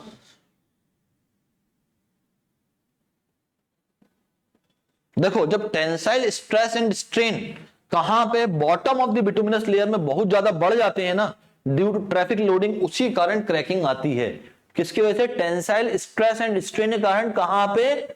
बॉटम में, ठीक है, कहां पे? बिटुमिनस लेयर के अंदर अंदर, ठीक है। तो अब यहां पे कौन सा ऑप्शन करेक्ट दिख रहा है? वर्टिकल स्ट्रेस स्ट्रेन खत्म, tensile stress strain eight top of the subgrade नहीं, ठीक है। Tensile strain at the bottom of the bituminous layer, बिल्कुल सही है, at the bottom of the bituminous layer, ठीक है। तो जो tensile stress and strain bottom of the bituminous layer पे आ रहा है, उसी कारण फ्लेक्सिबल पेवमेंट का क्रैकिंग हो रहा है। तो ये क्रिटिकल पैरामीटर था यहां पे। नेक्स्ट, ठीक। तो बच्चों यहां पे हमने खत्म कर लिए हमारे लगभग 50 क्वेश्चंस, फर्स्ट 50 क्वेश्चन खत्म किए। मैं आपको सेट डी के हिसाब से बता रहा हूं, ठीक है, सेट डी के हिसाब से, ठीक है। जो सेट डी था हमारा, उसके हिसाब से मैंने फर्स्ट 50 क्वेश्चन आप खत्म करवा दिए हैं, ठीक है। सेकंड 50 क्वेश्चन का भी अभी लेके आ रहा हूं सॉल्यूशन, एंड देन उसके बाद अगले 2 सॉल्यूशन आपको नेक्स्ट डे मिल जाएंगे, आपको 2 सॉल्यूशन और। कोशिश ये कर रहा हूं सॉल्यूशन एकदम करेक्ट दूं आपको, एकदम डिटेल्ड सॉल्यूशन दूं और रीजन के साथ दूं, इससे थोड़ा टाइम लगता है, ठीक है। नहीं तो अगर पॉइंट टू पॉइंट से बताना हो कौन सा ऑप्शन करेक्ट है, तो वो तो फटाफट से बताया जा सकता है, पर उसका डिटेल्ड सॉल्यूशन देना एक बहुत इंपॉर्टेंट काम होता है, जो आपके लिए बहुत जरूरी है। क्योंकि आप जो अभी अपना पेपर देंगे नर्मदा एंड कल्सर का, ठीक है, उसमें आपको ये क्वेश्चन वापस से मिल सकते हैं, या इसके जैसे क्वेश्चन मिल सकते हैं। तो हमें पता होना चाहिए उनके आंसर्स क्या होंगे, ठीक है। तो अगर कोई बच्चा अभी सोच रहा है भाई कि बैच ज्वाइन करना है, स्टार्ट करना है, just scan this QR code, ठीक है। एक फॉर्म आएगा, फॉर्म को फिल करिए, मेरी टीम आपसे कांटेक्ट कर लेगी। इसको स्कैन नहीं कर पा रहे हो भैया, कांटेक्ट नंबर भी होगा हमारा यहाँ पे, ये 2 कांटेक्ट नंबर, इसमें से आप इस पे कॉल करिएगा, ठीक है। सबके सब इस पे कॉल करके बोलिए भाई जीपीएससी का नया बैच हमको ज्वाइन करना है, ठीक है। 27 तारीख से स्टार्ट होने जा रहा है, बता दिया, 27 अप्रैल से स्टार्ट करने जा रहा हूं नया बैच आपका, ठीक है। 27 अप्रैल से स्टार्ट होगा, 26 को आपका सबका ओरिएंटेशन हो जाएगा, ठीक है। तो 27 अप्रैल से नया बैच स्टार्ट होगा, ठीक है। कोई बच्चा बोलता है भाई मुझे आपके YouTube चैनल में आना, तो ऑलरेडी हो, ठीक है, उसके बाद भी अगर जाना है तो इसको स्कैन करके जा सकते हो, बस सब्सक्राइब करो फटाफट से, ठीक है। अगला सॉल्यूशन जब ही लाऊंगा जब कमेंट अच्छे आएंगे, ठीक है। जब अच्छे कमेंट मतलब क्या होता है कि तुम लोग को लगे कि हाँ इससे कोई तुम्हारे लिए यूजफुल रहा भी कि नहीं रहा। अगर यूजफुल रहा तो लिखो हाँ मजा आया इस सेशन का, ठीक है। कमेंट आएंगे तभी नेक्स्ट वीडियो आएगा, ठीक है। सब्सक्राइब करो चैनल को भैया फटाफट से। टेलीग्राम चैनल को ज्वाइन करना है, इसका लिंक डिस्क्रिप्शन में डाल दूंगा, और यहां पे भी क्यूआर कोड दिया हुआ है, स्कैन करके आप टेलीग्राम ग्रुप को भी ज्वाइन कर सकते हैं बच्चों, ठीक है। नाउ कोई बच्चा अगर विजिट करना चाहता है ऑफिस में, ये है हमारा centre 201 206 Siddhi Vinayak complex near Panchratna furniture beside bank of India Subhanpura Vadodara, ठीक है। ये 2 नंबर्स हैं, आप इस नंबर पे कांटेक्ट कर सकते हैं, फर्स्ट वाले नंबर पे, ठीक है। तो मिलते हैं बच्चों नेक्स्ट वीडियो में, तब तक के लिए इतना अच्छे से कवर कर लो, नेक्स्ट वीडियो में इसके आएगा स्टार्ट करूंगा और इंपॉर्टेंट चीजों को पूरा कवर किया जाएगा, ठीक है। मिलते हैं नेक्स्ट वीडियो में, till then bye bye everyone and thanks for your time students.